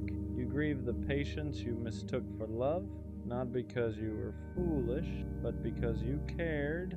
And it hurts to admit that caring didn't save anything. You start seeing clearly how often you ignored your own voice, how many times your body told you to leave while your heart begged you to stay. You stayed loyal to people who weren't loyal to your peace, and that realization is heavy, because now you can't go back, you can't unsee the patterns, you can't pretend disrespect was accidental, you can't convince yourself that red flags were just misunderstandings. You've outgrown the version of you that survived on hope alone. And while that growth is necessary, it still feels like loss. But here's the truth. You didn't lose something real. You let go of something that only existed because you kept tolerating it. And the more distance you get, the clearer it becomes. What you were missing wasn't love, it was self-respect. Ignoring red flags was never about love. It was about not wanting to choose yourself. Because choosing yourself meant walking away without guarantees, without reassurance, without someone else filling the silence, so you stayed. You told yourself love takes patience, that people need time, that your pain was just part of the process, but deep down, you knew the truth. You weren't staying because it felt right. You were staying because leaving felt terrifying to be alone, terrifying to admit you deserved better, terrifying to sit with the idea that you chose someone who couldn't choose you back, though you ignored the signs. Not because you didn't see them, but because seeing them meant action, and action meant accountability. But here's what finally clicks. Red flags don't hurt you. Ignoring them does. Every time you stayed, you taught yourself that your needs were optional. Every time you excused behavior, you taught yourself that love should be endured. Every time you waited for change, you delayed your own growth. And that cycle doesn't end when someone finally treats you right. It ends when you stop accepting what treats you wrong. Choosing yourself doesn't mean you stop wanting love.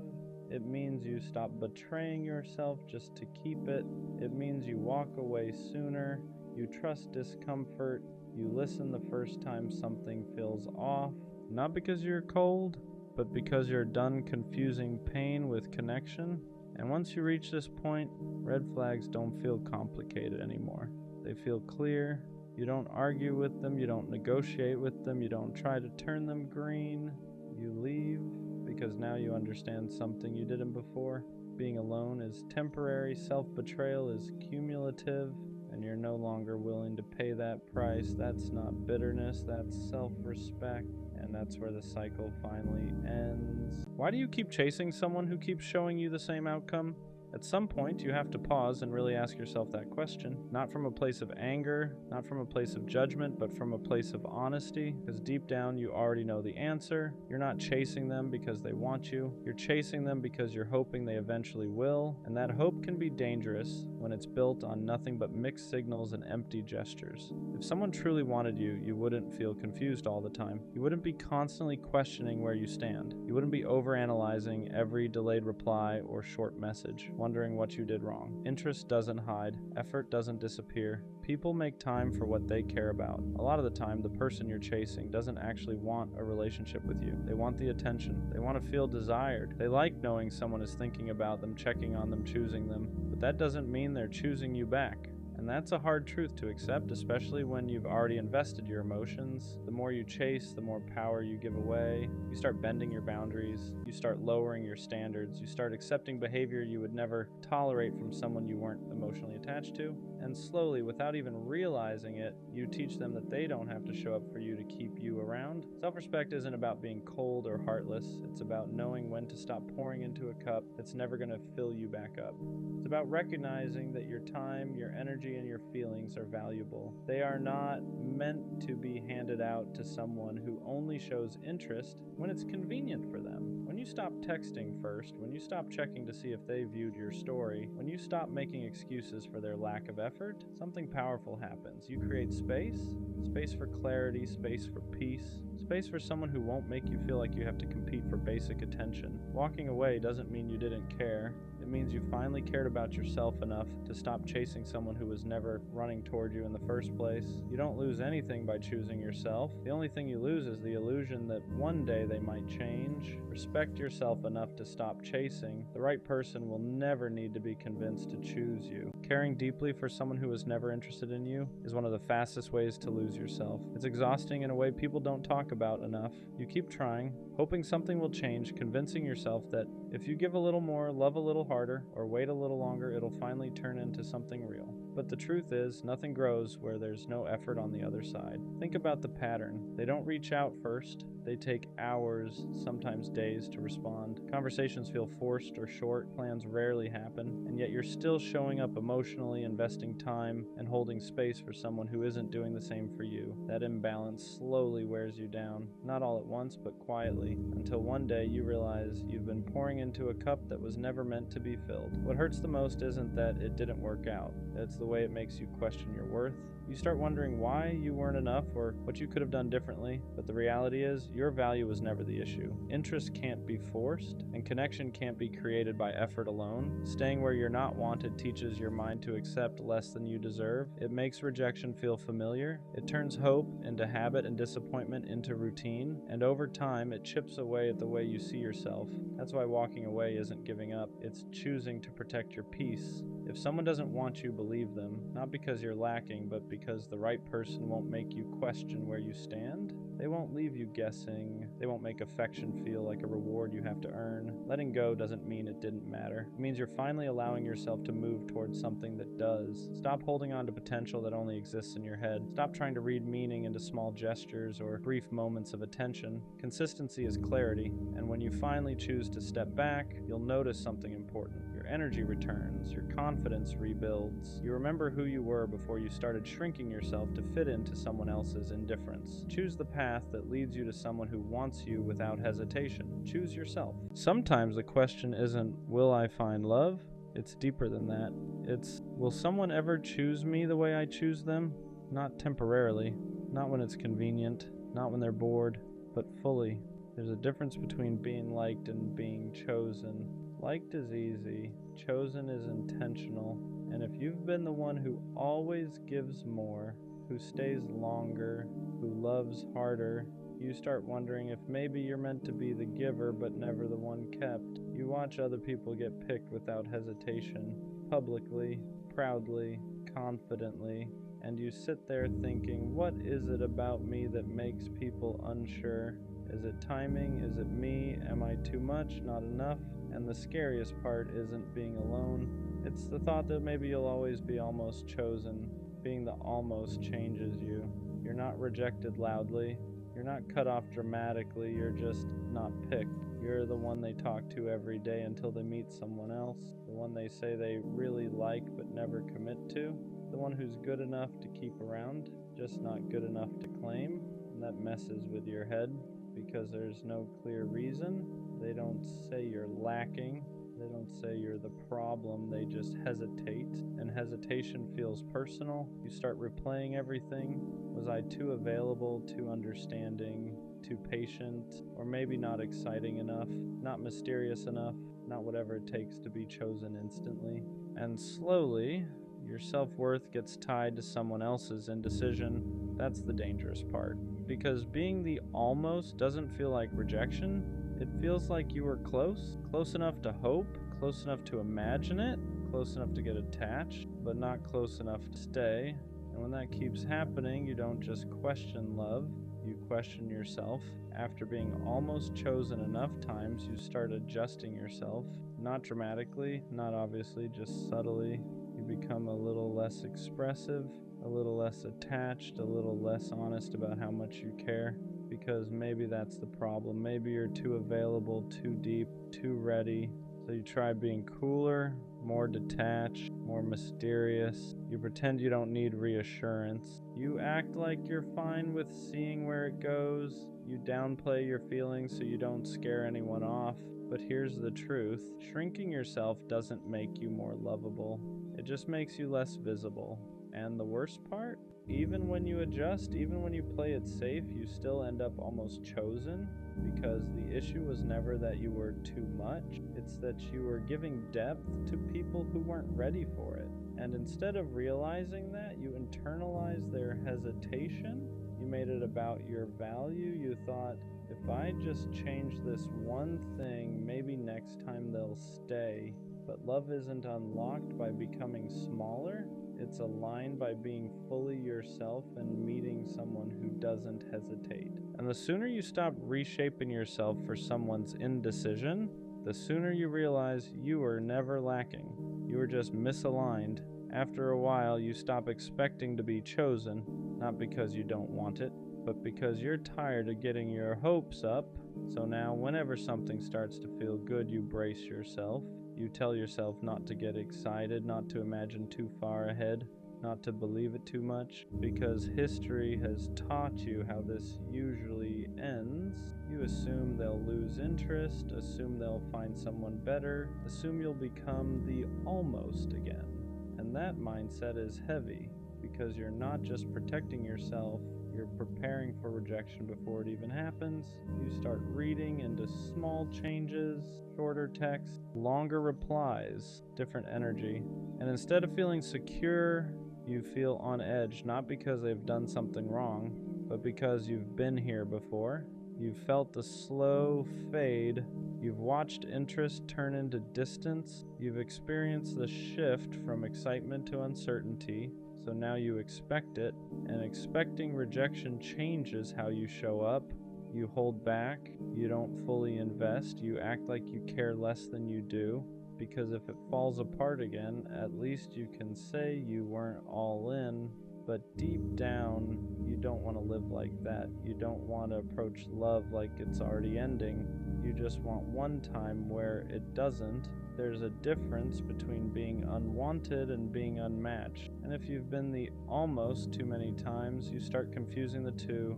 Unwanted feels personal, like there's something wrong with you, like you're missing some quality everyone else seems to have.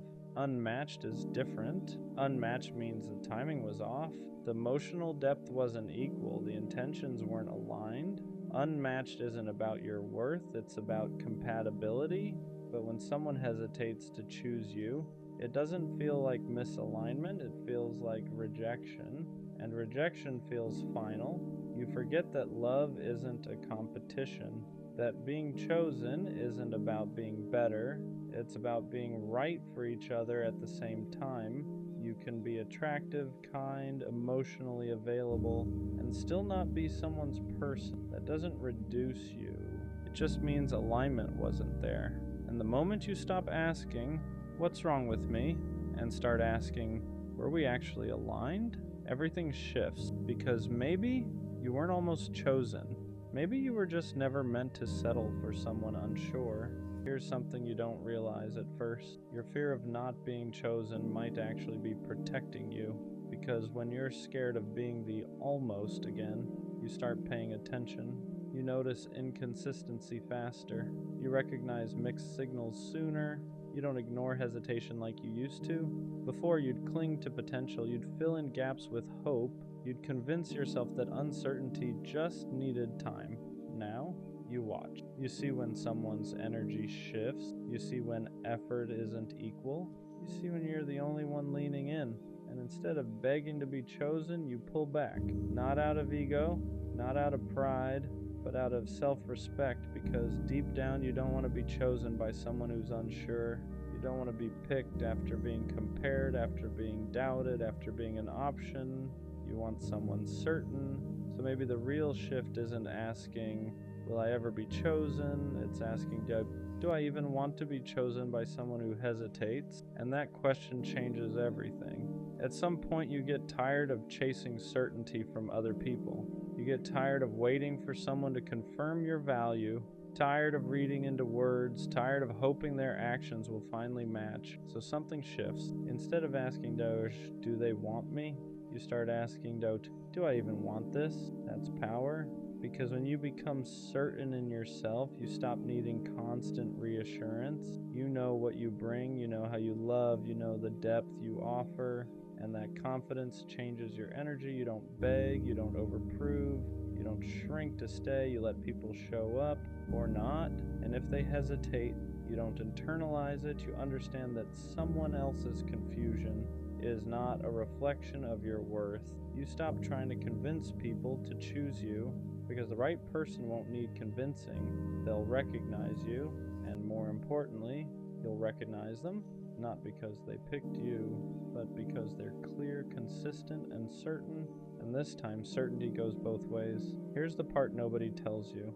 Being chosen starts with choosing yourself first, not in a cliche way, not in a I don't need anyone way, but in a real way. It's choosing not to stay where you feel unsure, choosing not to compete for attention, choosing not to lower your standards just to secure a spot in someone's life. Because when you don't choose yourself, you'll accept being almost chosen. You'll accept being an option, maybe placeholder. But when you decide you're not negotiable, everything shifts. You stop trying to earn love. You stop proving your worth. You stop overextending just to feel wanted. You realize something important. If someone has to debate whether you're enough, they're not your person. Choosing yourself means walking away even when you like them, even when there's potential, even when part of you hopes they'll change, because you don't want reluctant love. You want certainty.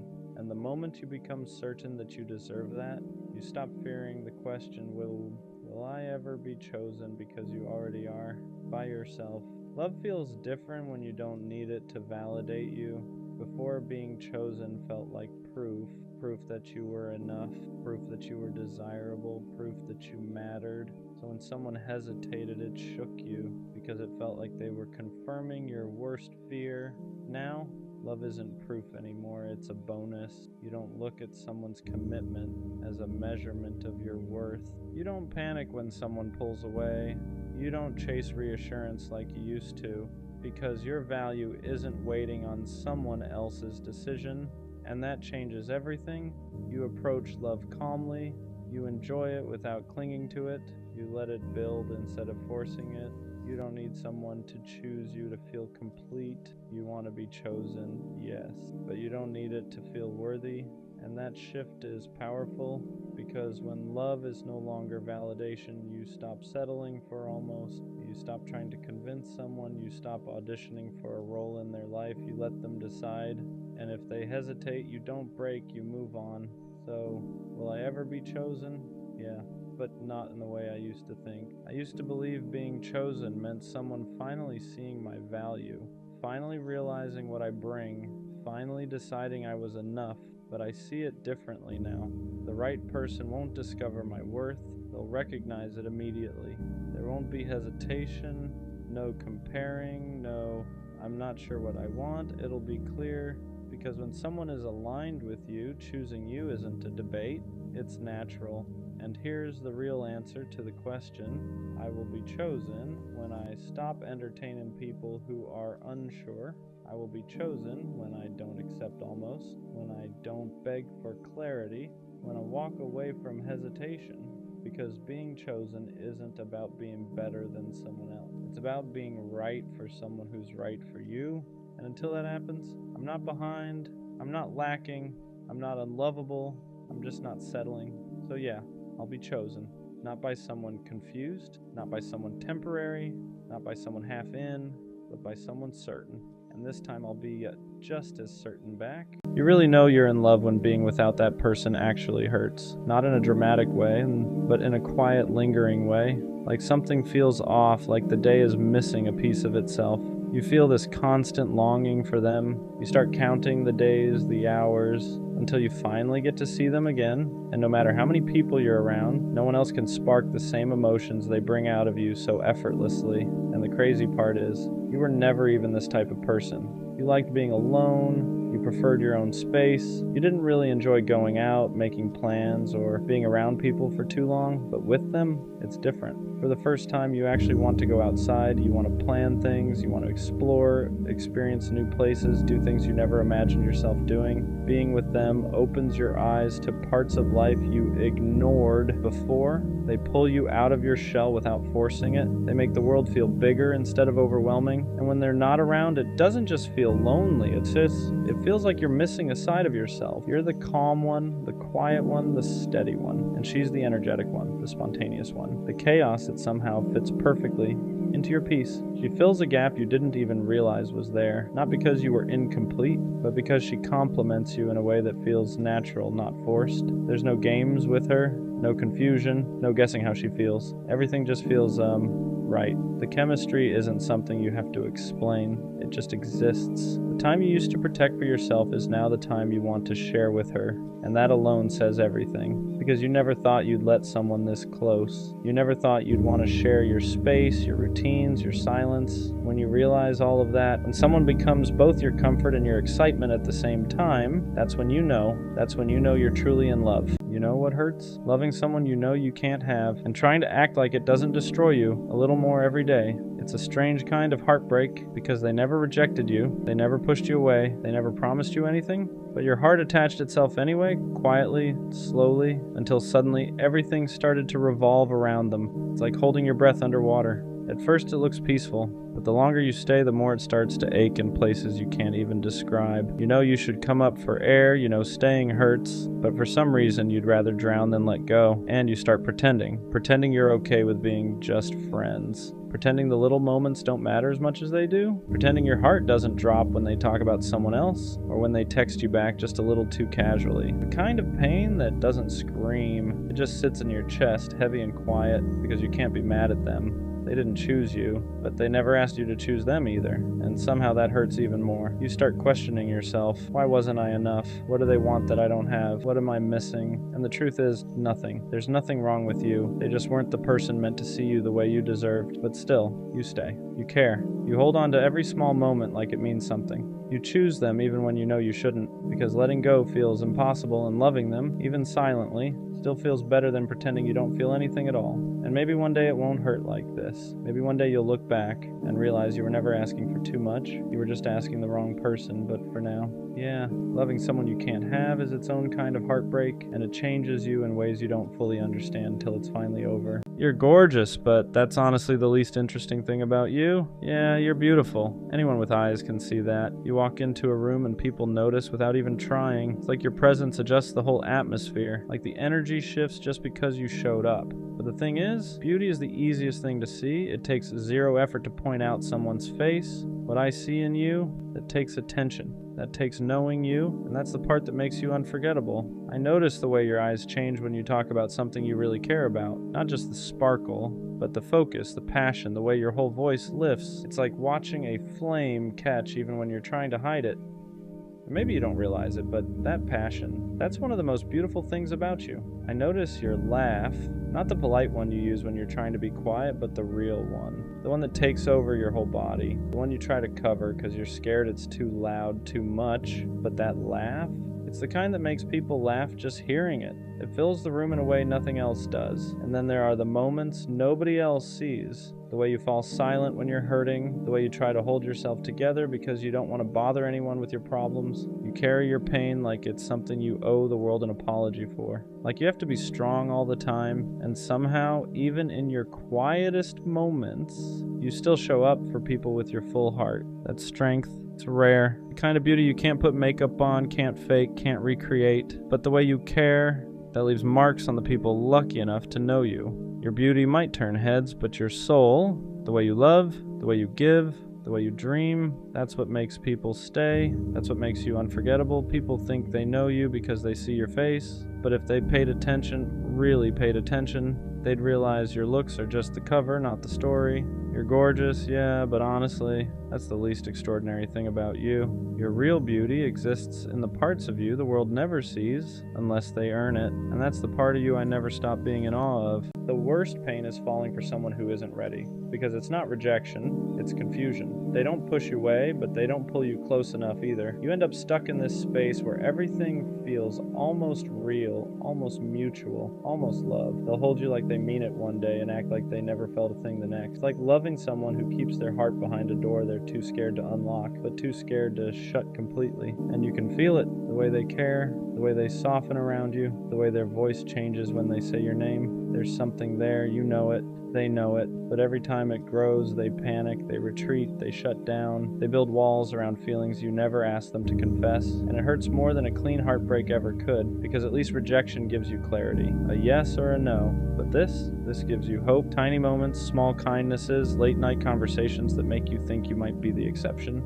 So you stay, you try to love them gently, carefully, without stepping on the landmines of their past. You try to be patient, you try to be safe, you try to prove you won't hurt them the way someone else did. But the truth is, no matter how good you are, you can't love someone into being ready. Readiness isn't something you can inspire. It's something they have to choose. And people who aren't ready will love you in pieces. The soft parts, the lonely parts, the parts they're comfortable giving away. But never enough to build a future with. Never enough to meet you where you stand. And that's the part that breaks you. Not losing them, but losing the version of you that believed patience would make them stay. You start questioning yourself, wondering if you weren't gentle enough, or understanding enough, or lovable enough.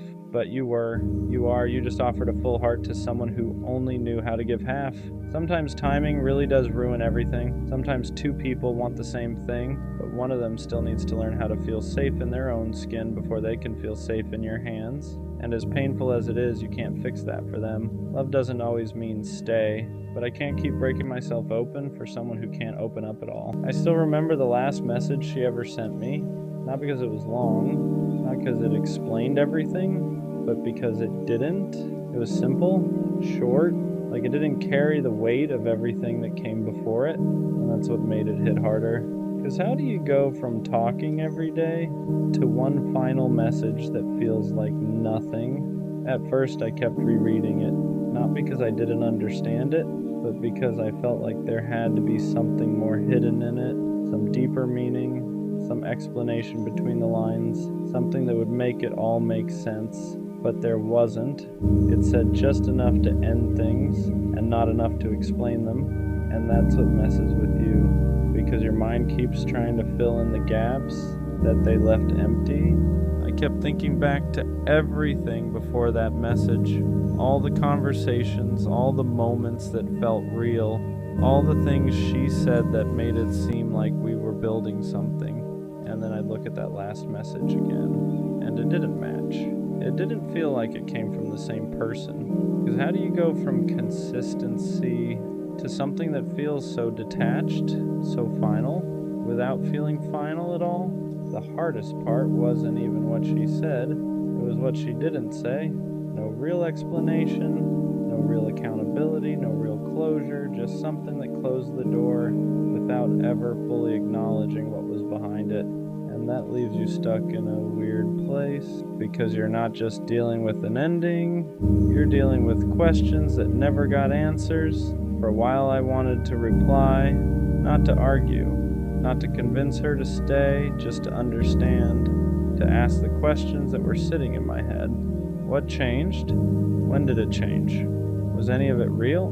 But I didn't, because deep down I knew something. If she wanted me to understand, she would have explained it the first time. And that's a hard truth to accept, because it means the silence after that message was intentional, not confusion, not hesitation, a decision.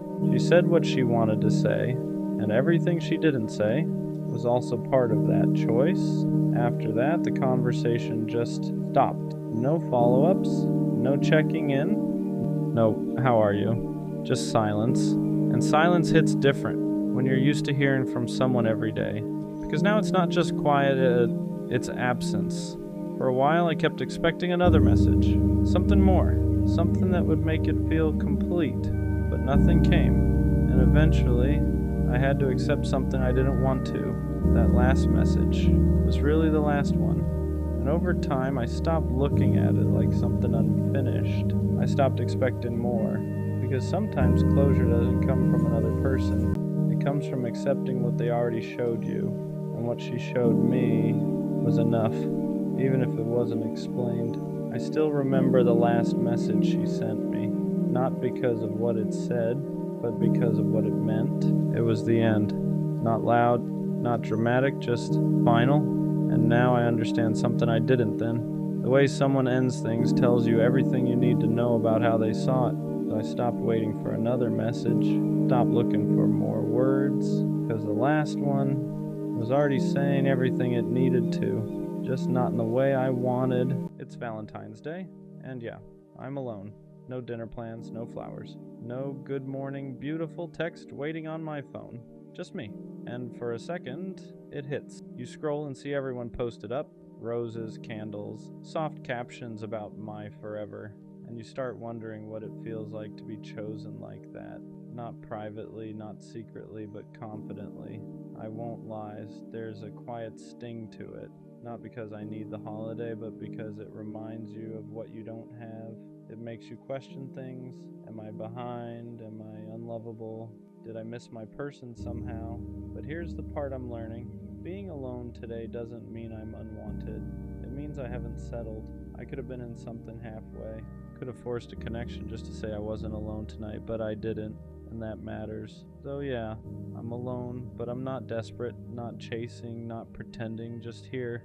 And maybe that's not sad. Maybe it's strength. Valentine's Day has a way of making you feel behind. Like everyone else got the memo and you didn't. You open your phone and it's everywhere. Couples at dinner, surprise gifts, long captions about my person. And even if you're strong, even if you've healed, even if you're okay most days, comparison still creeps in. You start measuring your life against highlight reels. You forget that people only post the soft parts. You forget the arguments, the doubts, the almost breakups. All you see is what you don't have. And for a minute, it makes being alone feel heavier.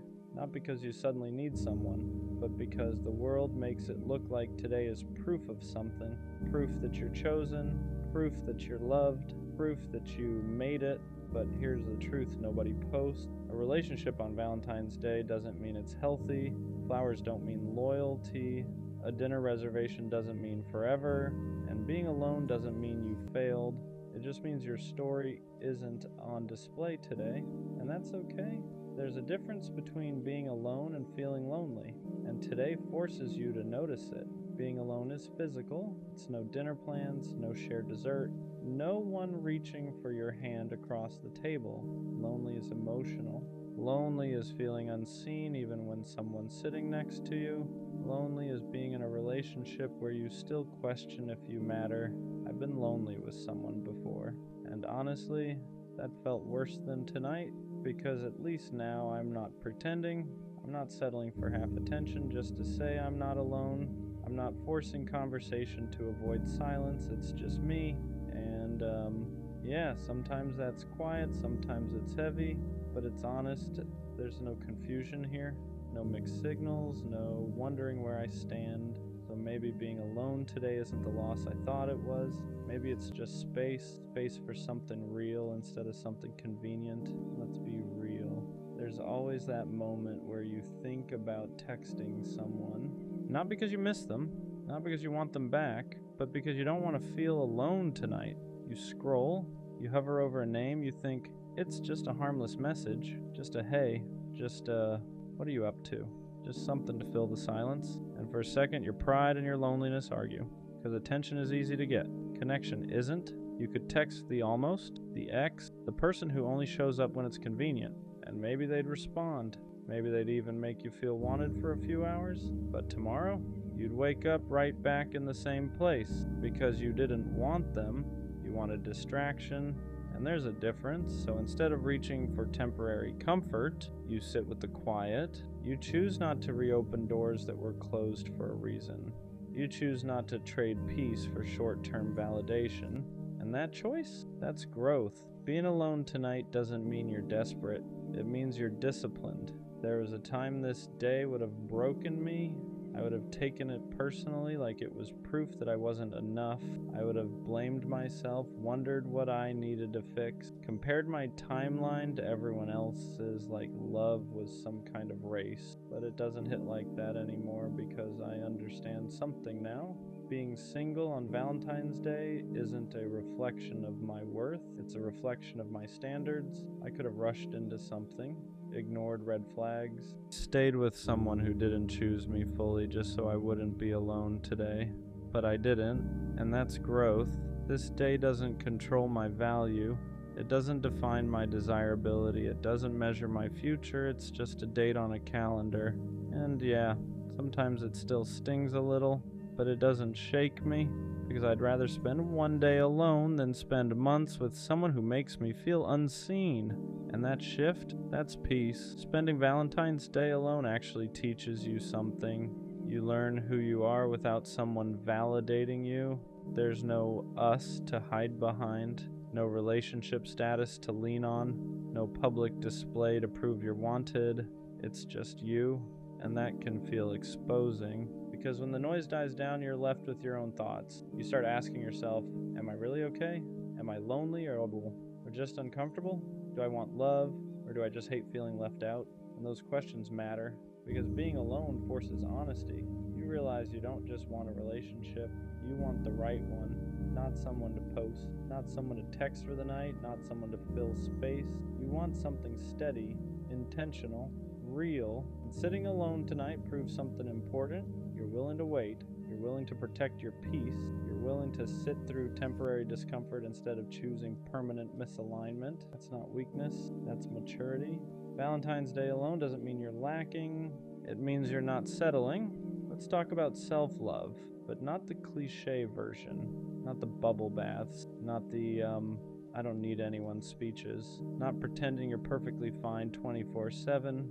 Real self-love is quieter than that. It's not about convincing yourself you don't want love. It's about refusing to accept less just because you want it. It's choosing not to text someone who only values you when they're bored. It's not lowering your standards just to avoid feeling left out tonight. It's sitting in the discomfort without betraying yourself. Self-love isn't loud confidence. Sometimes it's discipline. It's saying, I deserve something real, even when being alone feels heavy.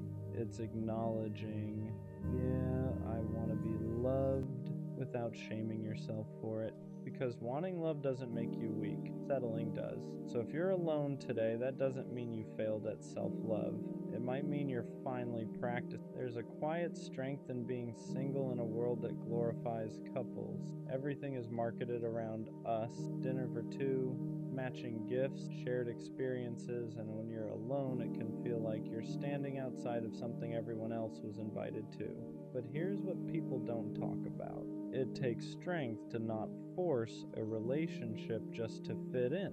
It takes strength to say, I'd rather wait in a culture that says, just take what you can get.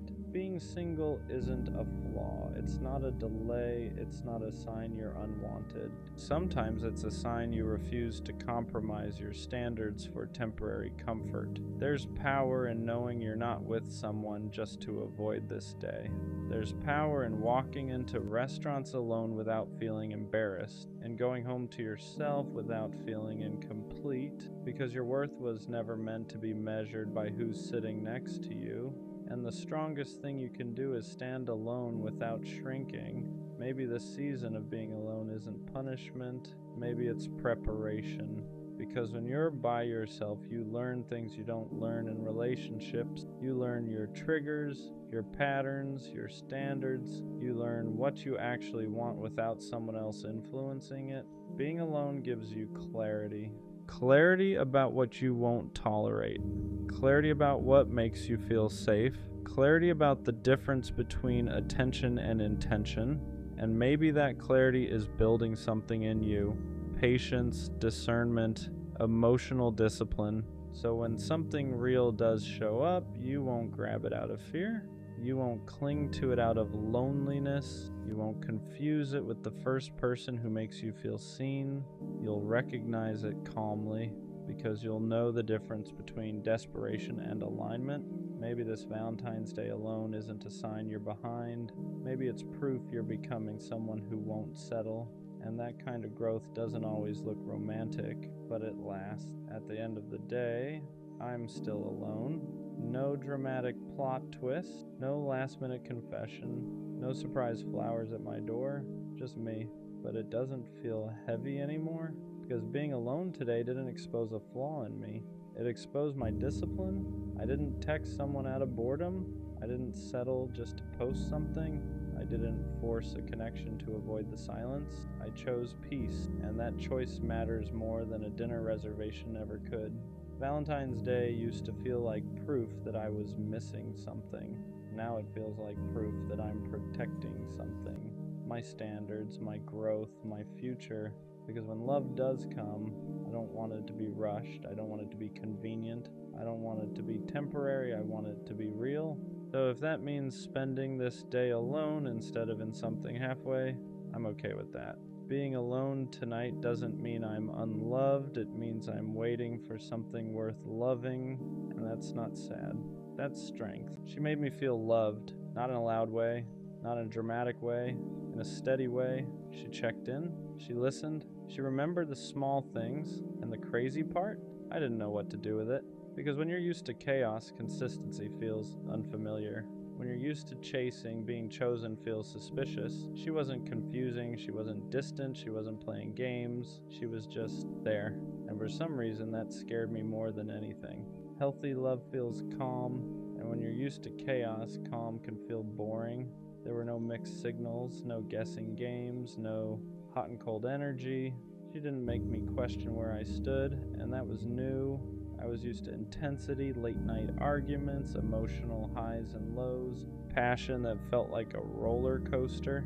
With her, it was steady, and instead of relaxing into it, I started looking for something wrong. Because when you've been conditioned to associate love with anxiety, peace feels unfamiliar. You mistake stability for a lack of spark, consistency for predictability, security for missing something. But the truth, nothing was missing. I just didn't know how to receive love that didn't hurt first. Sometimes we don't sabotage love because we don't care. We sabotage it because we don't feel worthy of it. She showed up consistently, she communicated clearly, she didn't make me chase, and instead of feeling grateful, I felt exposed, because when someone loves you properly, they see you, not just the confident version, not just the charming version. The insecure parts too, the guarded parts, the parts that still haven't healed. And when you don't fully love yourself, being loved deeply feels uncomfortable. You start thinking, what if she realizes I'm not as solid as I seem? What if she expects more than I can give? What if I mess this up? So you create distance first, you act unsure, you slow down. You convince yourself the timing isn't right, not because she wasn't enough, but because you didn't feel like you were. I told myself it wasn't the right time, that I needed to focus on myself, that I wasn't in the right headspace, that something felt off, but if I'm being honest, nothing was off. I was just scared of being responsible for something real. Scared of being consistent, scared of not being able to hide behind confusion anymore. Because when someone loves you right, there's no chaos to blame, no mixed signals to point at, no drama to distract you. It's just clarity, and clarity means accountability. I couldn't say she didn't show up. She did. I couldn't say she wasn't serious. She was. So the only thing left to question was myself, and that's harder than walking away. You don't always realize what you had while you have it. Sometimes you realize it in the silence after, when the good morning texts stop, when the consistency disappears, when the calm you once questioned is suddenly gone. And that's when it hits. She wasn't boring, she was safe, she wasn't too available, she was intentional. She wasn't lacking spark, she just wasn't chaos. I confused stability with something missing because I was addicted to intensity. And now that it's quiet, I see it clearly. She wasn't asking for too much. She was offering exactly what I claimed I wanted, and the hardest part is realizing she didn't leave because she didn't care. She left because I hesitated. Growth doesn't always happen while you're in something good. Sometimes it happens after you lose it, after the silence, after the distance, after you sit alone with no one to blame but yourself.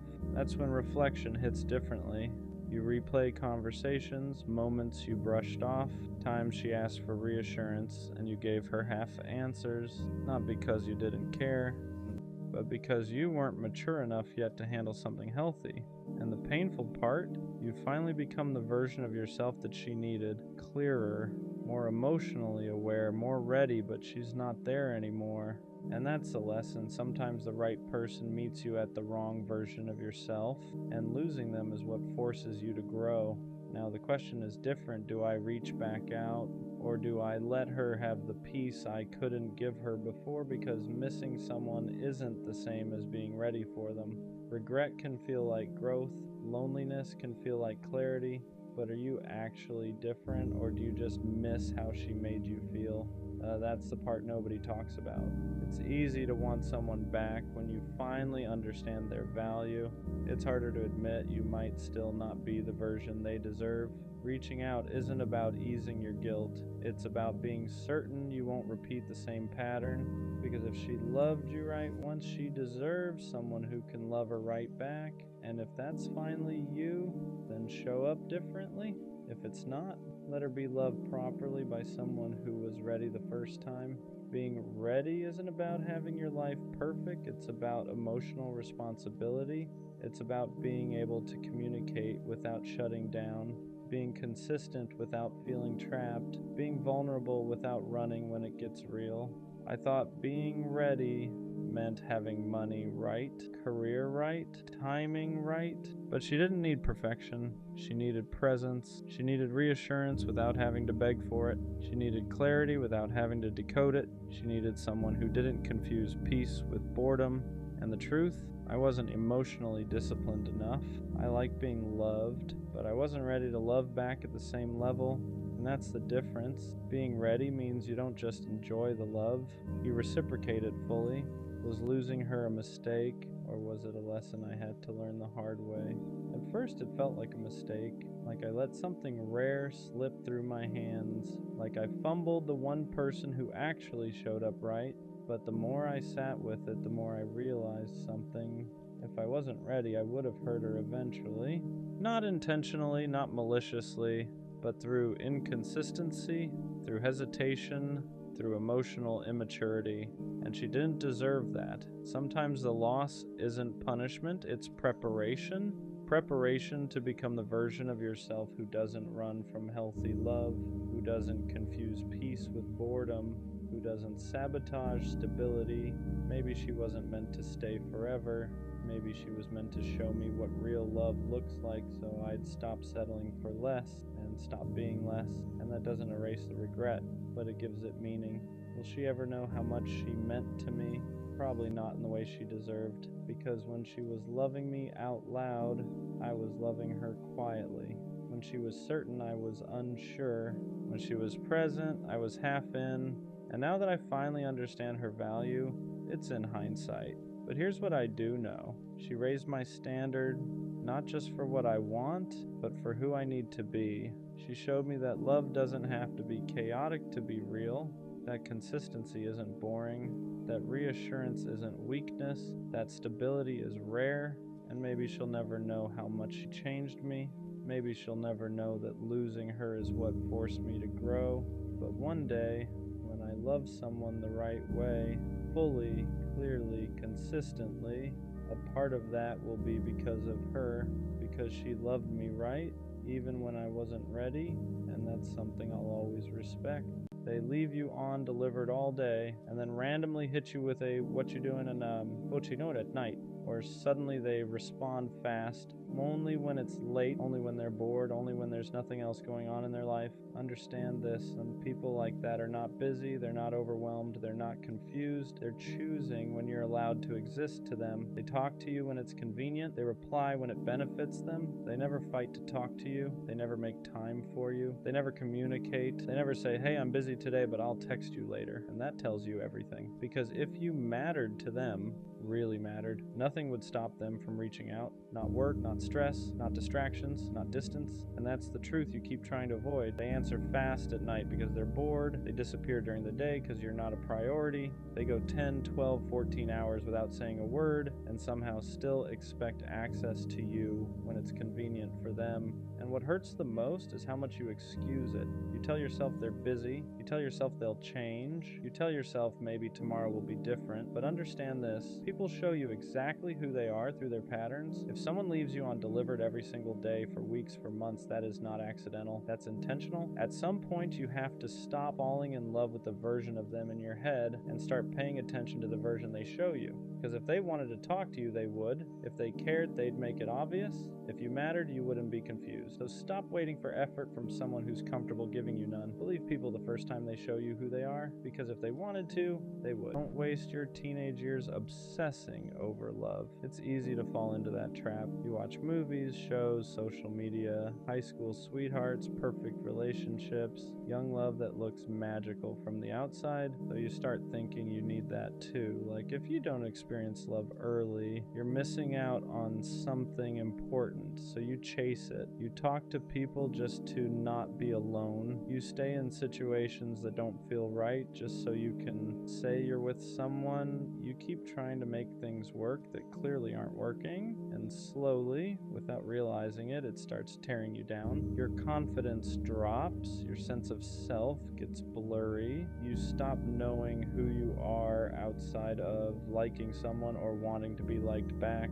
Your mood depends on replies, attention, validation, and that's dangerous at that age. When you're young, you're not supposed to have everything figured out. You're supposed to be discovering who you are, what you like, what you stand for, what kind of person you want to become. But when all your energy goes into chasing relationships, you neglect that part of yourself. You start building your identity around other people instead of building it from within. Here's the uncomfortable truth. Most teenage relationships don't last, not because you did something wrong, not because love isn't real, but because you're both still growing, still changing, still figuring life out, and forcing love before you even know yourself is like trying to build something on an unstable foundation. It cracks every time. If something isn't flowing naturally, stop forcing it. Love isn't supposed to feel like constant stress, chasing, or proving your worth. If it's meant to happen, it won't require you to lose yourself to keep it. And the thing nobody wants to hear? Desperation pushes people away. Confidence attracts them. When you stop hunting for love and start working on yourself, things shift. You become more grounded, more secure, more you. And that's when real connections show up naturally. You still have so much life ahead of you, so much fun to have,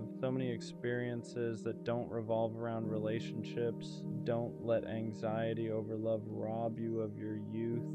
Love will come, but it shouldn't come at the cost of who you are. Right now, the most important relationship you can build is the one with yourself. Here's what happens when you slow down and stop chasing love so hard. You start hearing yourself again, your own thoughts, your own wants.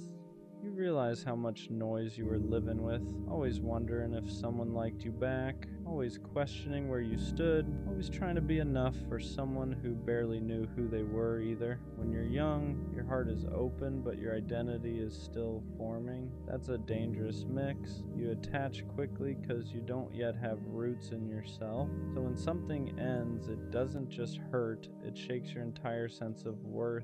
You don't just lose a person, you lose who you thought you were with them. That's why breakups feel world-ending at that age. Not because the love was deeper, but because you were still becoming you. And every time something falls apart, you start questioning yourself instead of realizing it was just part of growth. When you step back from chasing relationships, you give yourself room to breathe. room to build confidence that isn't dependent on attention, room to develop interests, skills, goals, room to fail at things that don't involve your heart breaking, and those failures, they teach you way more than forcing a relationship ever could. You also learn how to be alone without feeling lonely. That's huge, because once you can enjoy your own company, you stop settling for people who treat you like an option. You stop forcing conversations, you stop chasing mixed signals, you start choosing peace over drama, and the wild part is, once you stop looking desperate for love, you become more attractive without trying, not because you change your appearance, but because you carry yourself differently. You're not reaching for validation anymore, you're grounded, you're present, you're whole on your own. Love hits different when it finds you like that. When it comes from alignment instead of need, when it adds to your life instead of becoming your life. So don't rush it, don't force it, don't let relationships define you before you even know yourself. There's no prize for loving early, but there is power in loving wisely. Here's what happens when you slow down and stop chasing love so hard. You start hearing yourself again, your own thoughts, your own wants. You realize how much noise you were living with, always wondering if someone liked you back, always questioning where you stood, always trying to be enough for someone who barely knew who they were either. When you're young, your heart is open, but your identity is still forming. That's a dangerous mix. You attach quickly because you don't yet have roots in yourself. So when something ends, it doesn't just hurt, it shakes your entire sense of worth. You don't just lose a person, you lose who you thought you were with them. That's why breakups feel world-ending at that age. Not because the love was deeper, but because you were still becoming you. And every time something falls apart, you start questioning yourself instead of realizing it was just part of growth. When you step back from chasing relationships, you give yourself room to breathe, room to build confidence that isn't dependent on attention, room to develop interests, skills, goals, room to fail at things that don't involve your heart breaking, and those failures, they teach you way more than forcing a relationship ever could. You also learn how to be alone without feeling lonely. That's huge, because once you can enjoy your own company, you stop settling for people who treat you like an option, you stop forcing conversations, you stop chasing mixed signals, you start choosing peace over drama. And the wild part is, once you stop looking desperate for love, you become more attractive without trying, not because you changed your appearance, but because you carry yourself differently. You're not reaching for validation anymore. You're grounded, you're present, you're whole on your own.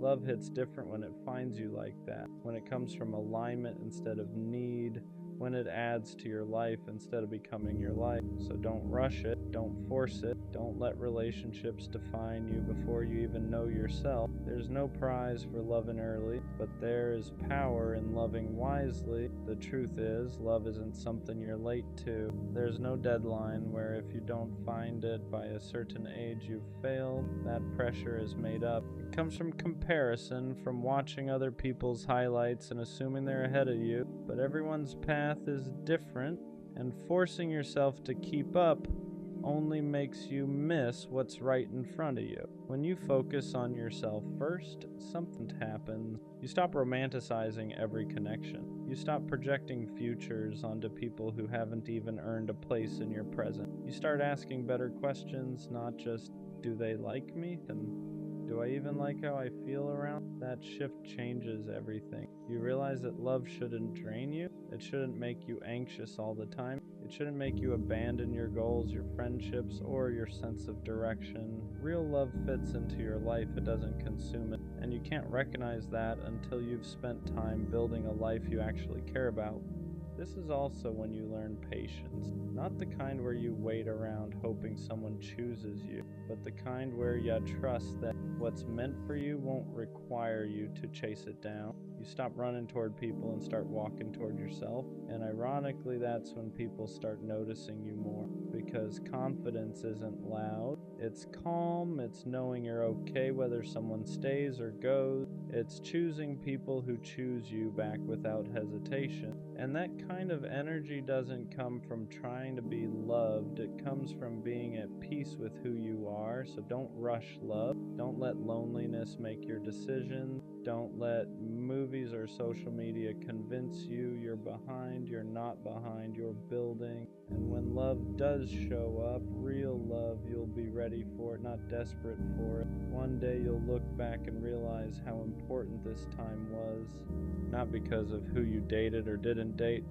but because of who you became when no one was choosing you romantically. These are the years where you learn discipline, where you learn how to sit with discomfort instead of running to someone to distract you from it, where you learn how to build something that lasts longer than a temporary connection. When you stop making love the center of your world, you start seeing everything else clearly. Your friendships get stronger, your goals feel more meaningful, your confidence comes from progress, not attention, and you realize how dangerous it is to let someone else be the source of your happiness before you even know how to create it yourself.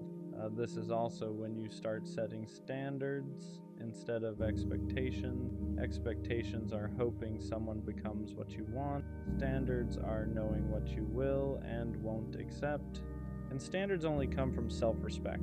You don't develop that by chasing validation. You develop it by choosing yourself consistently. There's a version of you that exists when you're not worried about being loved. That version is focused, curious, hungry for growth. That version doesn't beg to be chosen because he knows his value isn't determined by who stays. And that's the version of you that real love is actually drawn to. So let love be something that complements your life, not something that defines. Let relationships come from alignment, not loneliness.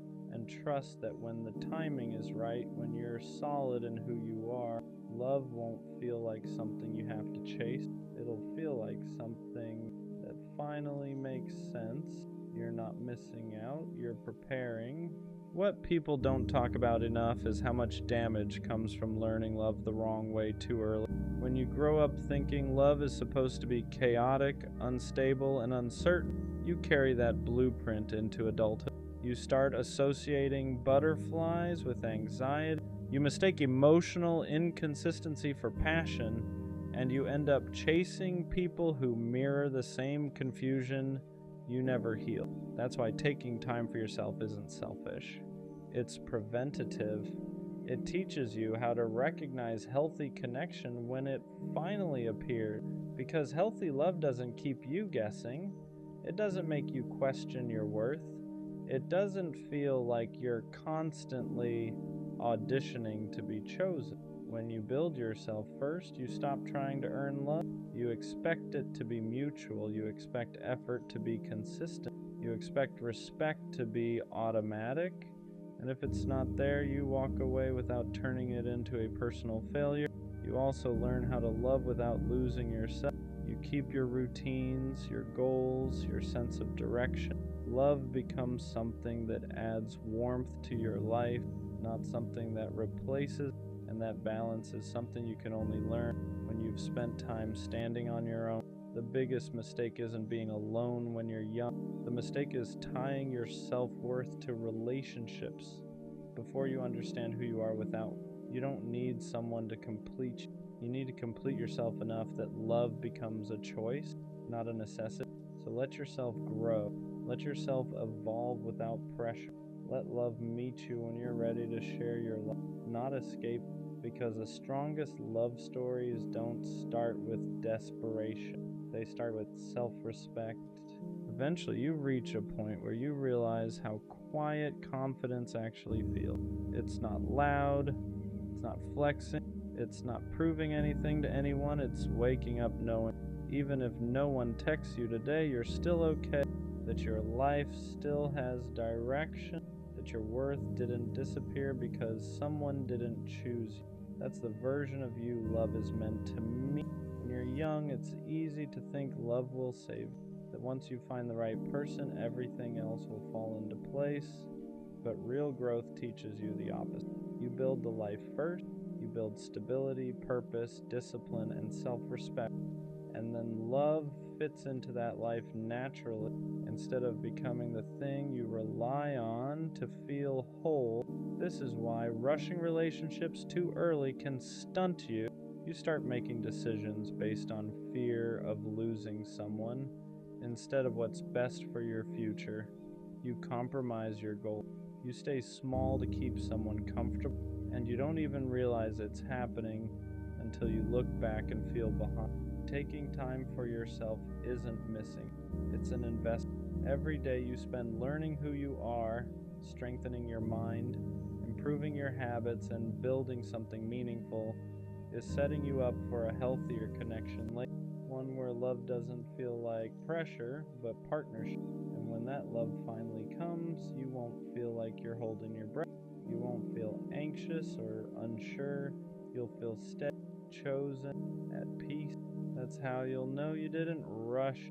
One day, love will find you when you're not looking for it. Not because you gave up on it, but because you stopped needing it to validate you. You'll meet someone when you're comfortable in your own skin, when your life already has meaning, and when you're not trying to fill a void with another person. And when that happens, it won't feel like chaos. It won't feel like chasing or guessing or proving. It'll feel natural, balanced, safe, like two people choosing each other, not out of loneliness, but out of intention. You'll be glad you didn't rush. You'll be grateful for the nights you spent alone building yourself instead of forcing something that would have only distracted. You'll realize that the love you were searching for externally was something you were always meant to cultivate internally first. So if you're young and feeling behind, if you're single and feeling pressured, breathe. If you're watching everyone else pair up and wondering when it'll be your turn, trust the timing. Love isn't a race. And your life isn't measured by who you dated in your teens. Protect your peace, build your... Enjoy being young. The rest will... You're the punching bag in the friend group, the one they always pick on for no reason, the one who takes every joke, every insult, every comment, and somehow you're expected to just laugh it off. No matter what you do, it's a lose-lose. If you're loud, they tell you to shut up. If you're quiet, they clown you for being antisocial. You could sit there and say nothing, and they'd still find a way to turn you into the joke. They comment on your body, your voice, the way you exist. Too big, too skinny, too awkward, too quiet, too much. It's always something. And what hurts the most is when they say, relax, it's just jokes. But here's the truth. Anything done over and over stops being funny. Eventually, it just starts to hurt. And you know it hurts because you've thought about cutting them off. You've replayed it in your head, but you don't do it because being the punching bag with friends feels safer than being alone without them. That's the part nobody talks about. How lonely it feels to choose disrespect just so you don't have to sit by yourself. But real friends don't need one person to constantly take all the hits. Talking shit is normal, yeah, but it should be spread evenly. Everyone should be able to take it. Everyone should be equal. If all the jokes land on you, that's not friendship. That's a target. So if you're the one always taking the blows, always swallowing it, always pretending you're fine, you need to hear this. Cut them off, not out of anger, out of self-respect, because happiness isn't waiting for you where you're constantly being torn down. It's waiting for you the moment you finally choose yourself. Sometimes I feel like love just isn't meant for me. Not in a dramatic way, not in a woe is me way, just quietly, like I've watched it find everyone else and somehow keep missing me.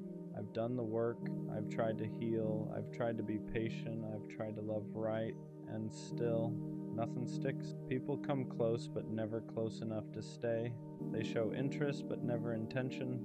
I'm always almost chosen, almost loved, almost enough. And after a while, you stop asking what's wrong with them and start asking what's wrong with you. You start wondering if maybe you're just built differently, if maybe you feel too deeply for a world that loves lightly. I don't think love avoids me because I'm unlovable. I think it avoids me because I don't fit into how people love now. I don't do casual well. I don't know how to care halfway. I don't know how to pretend I wouldn't be hurt if it ended.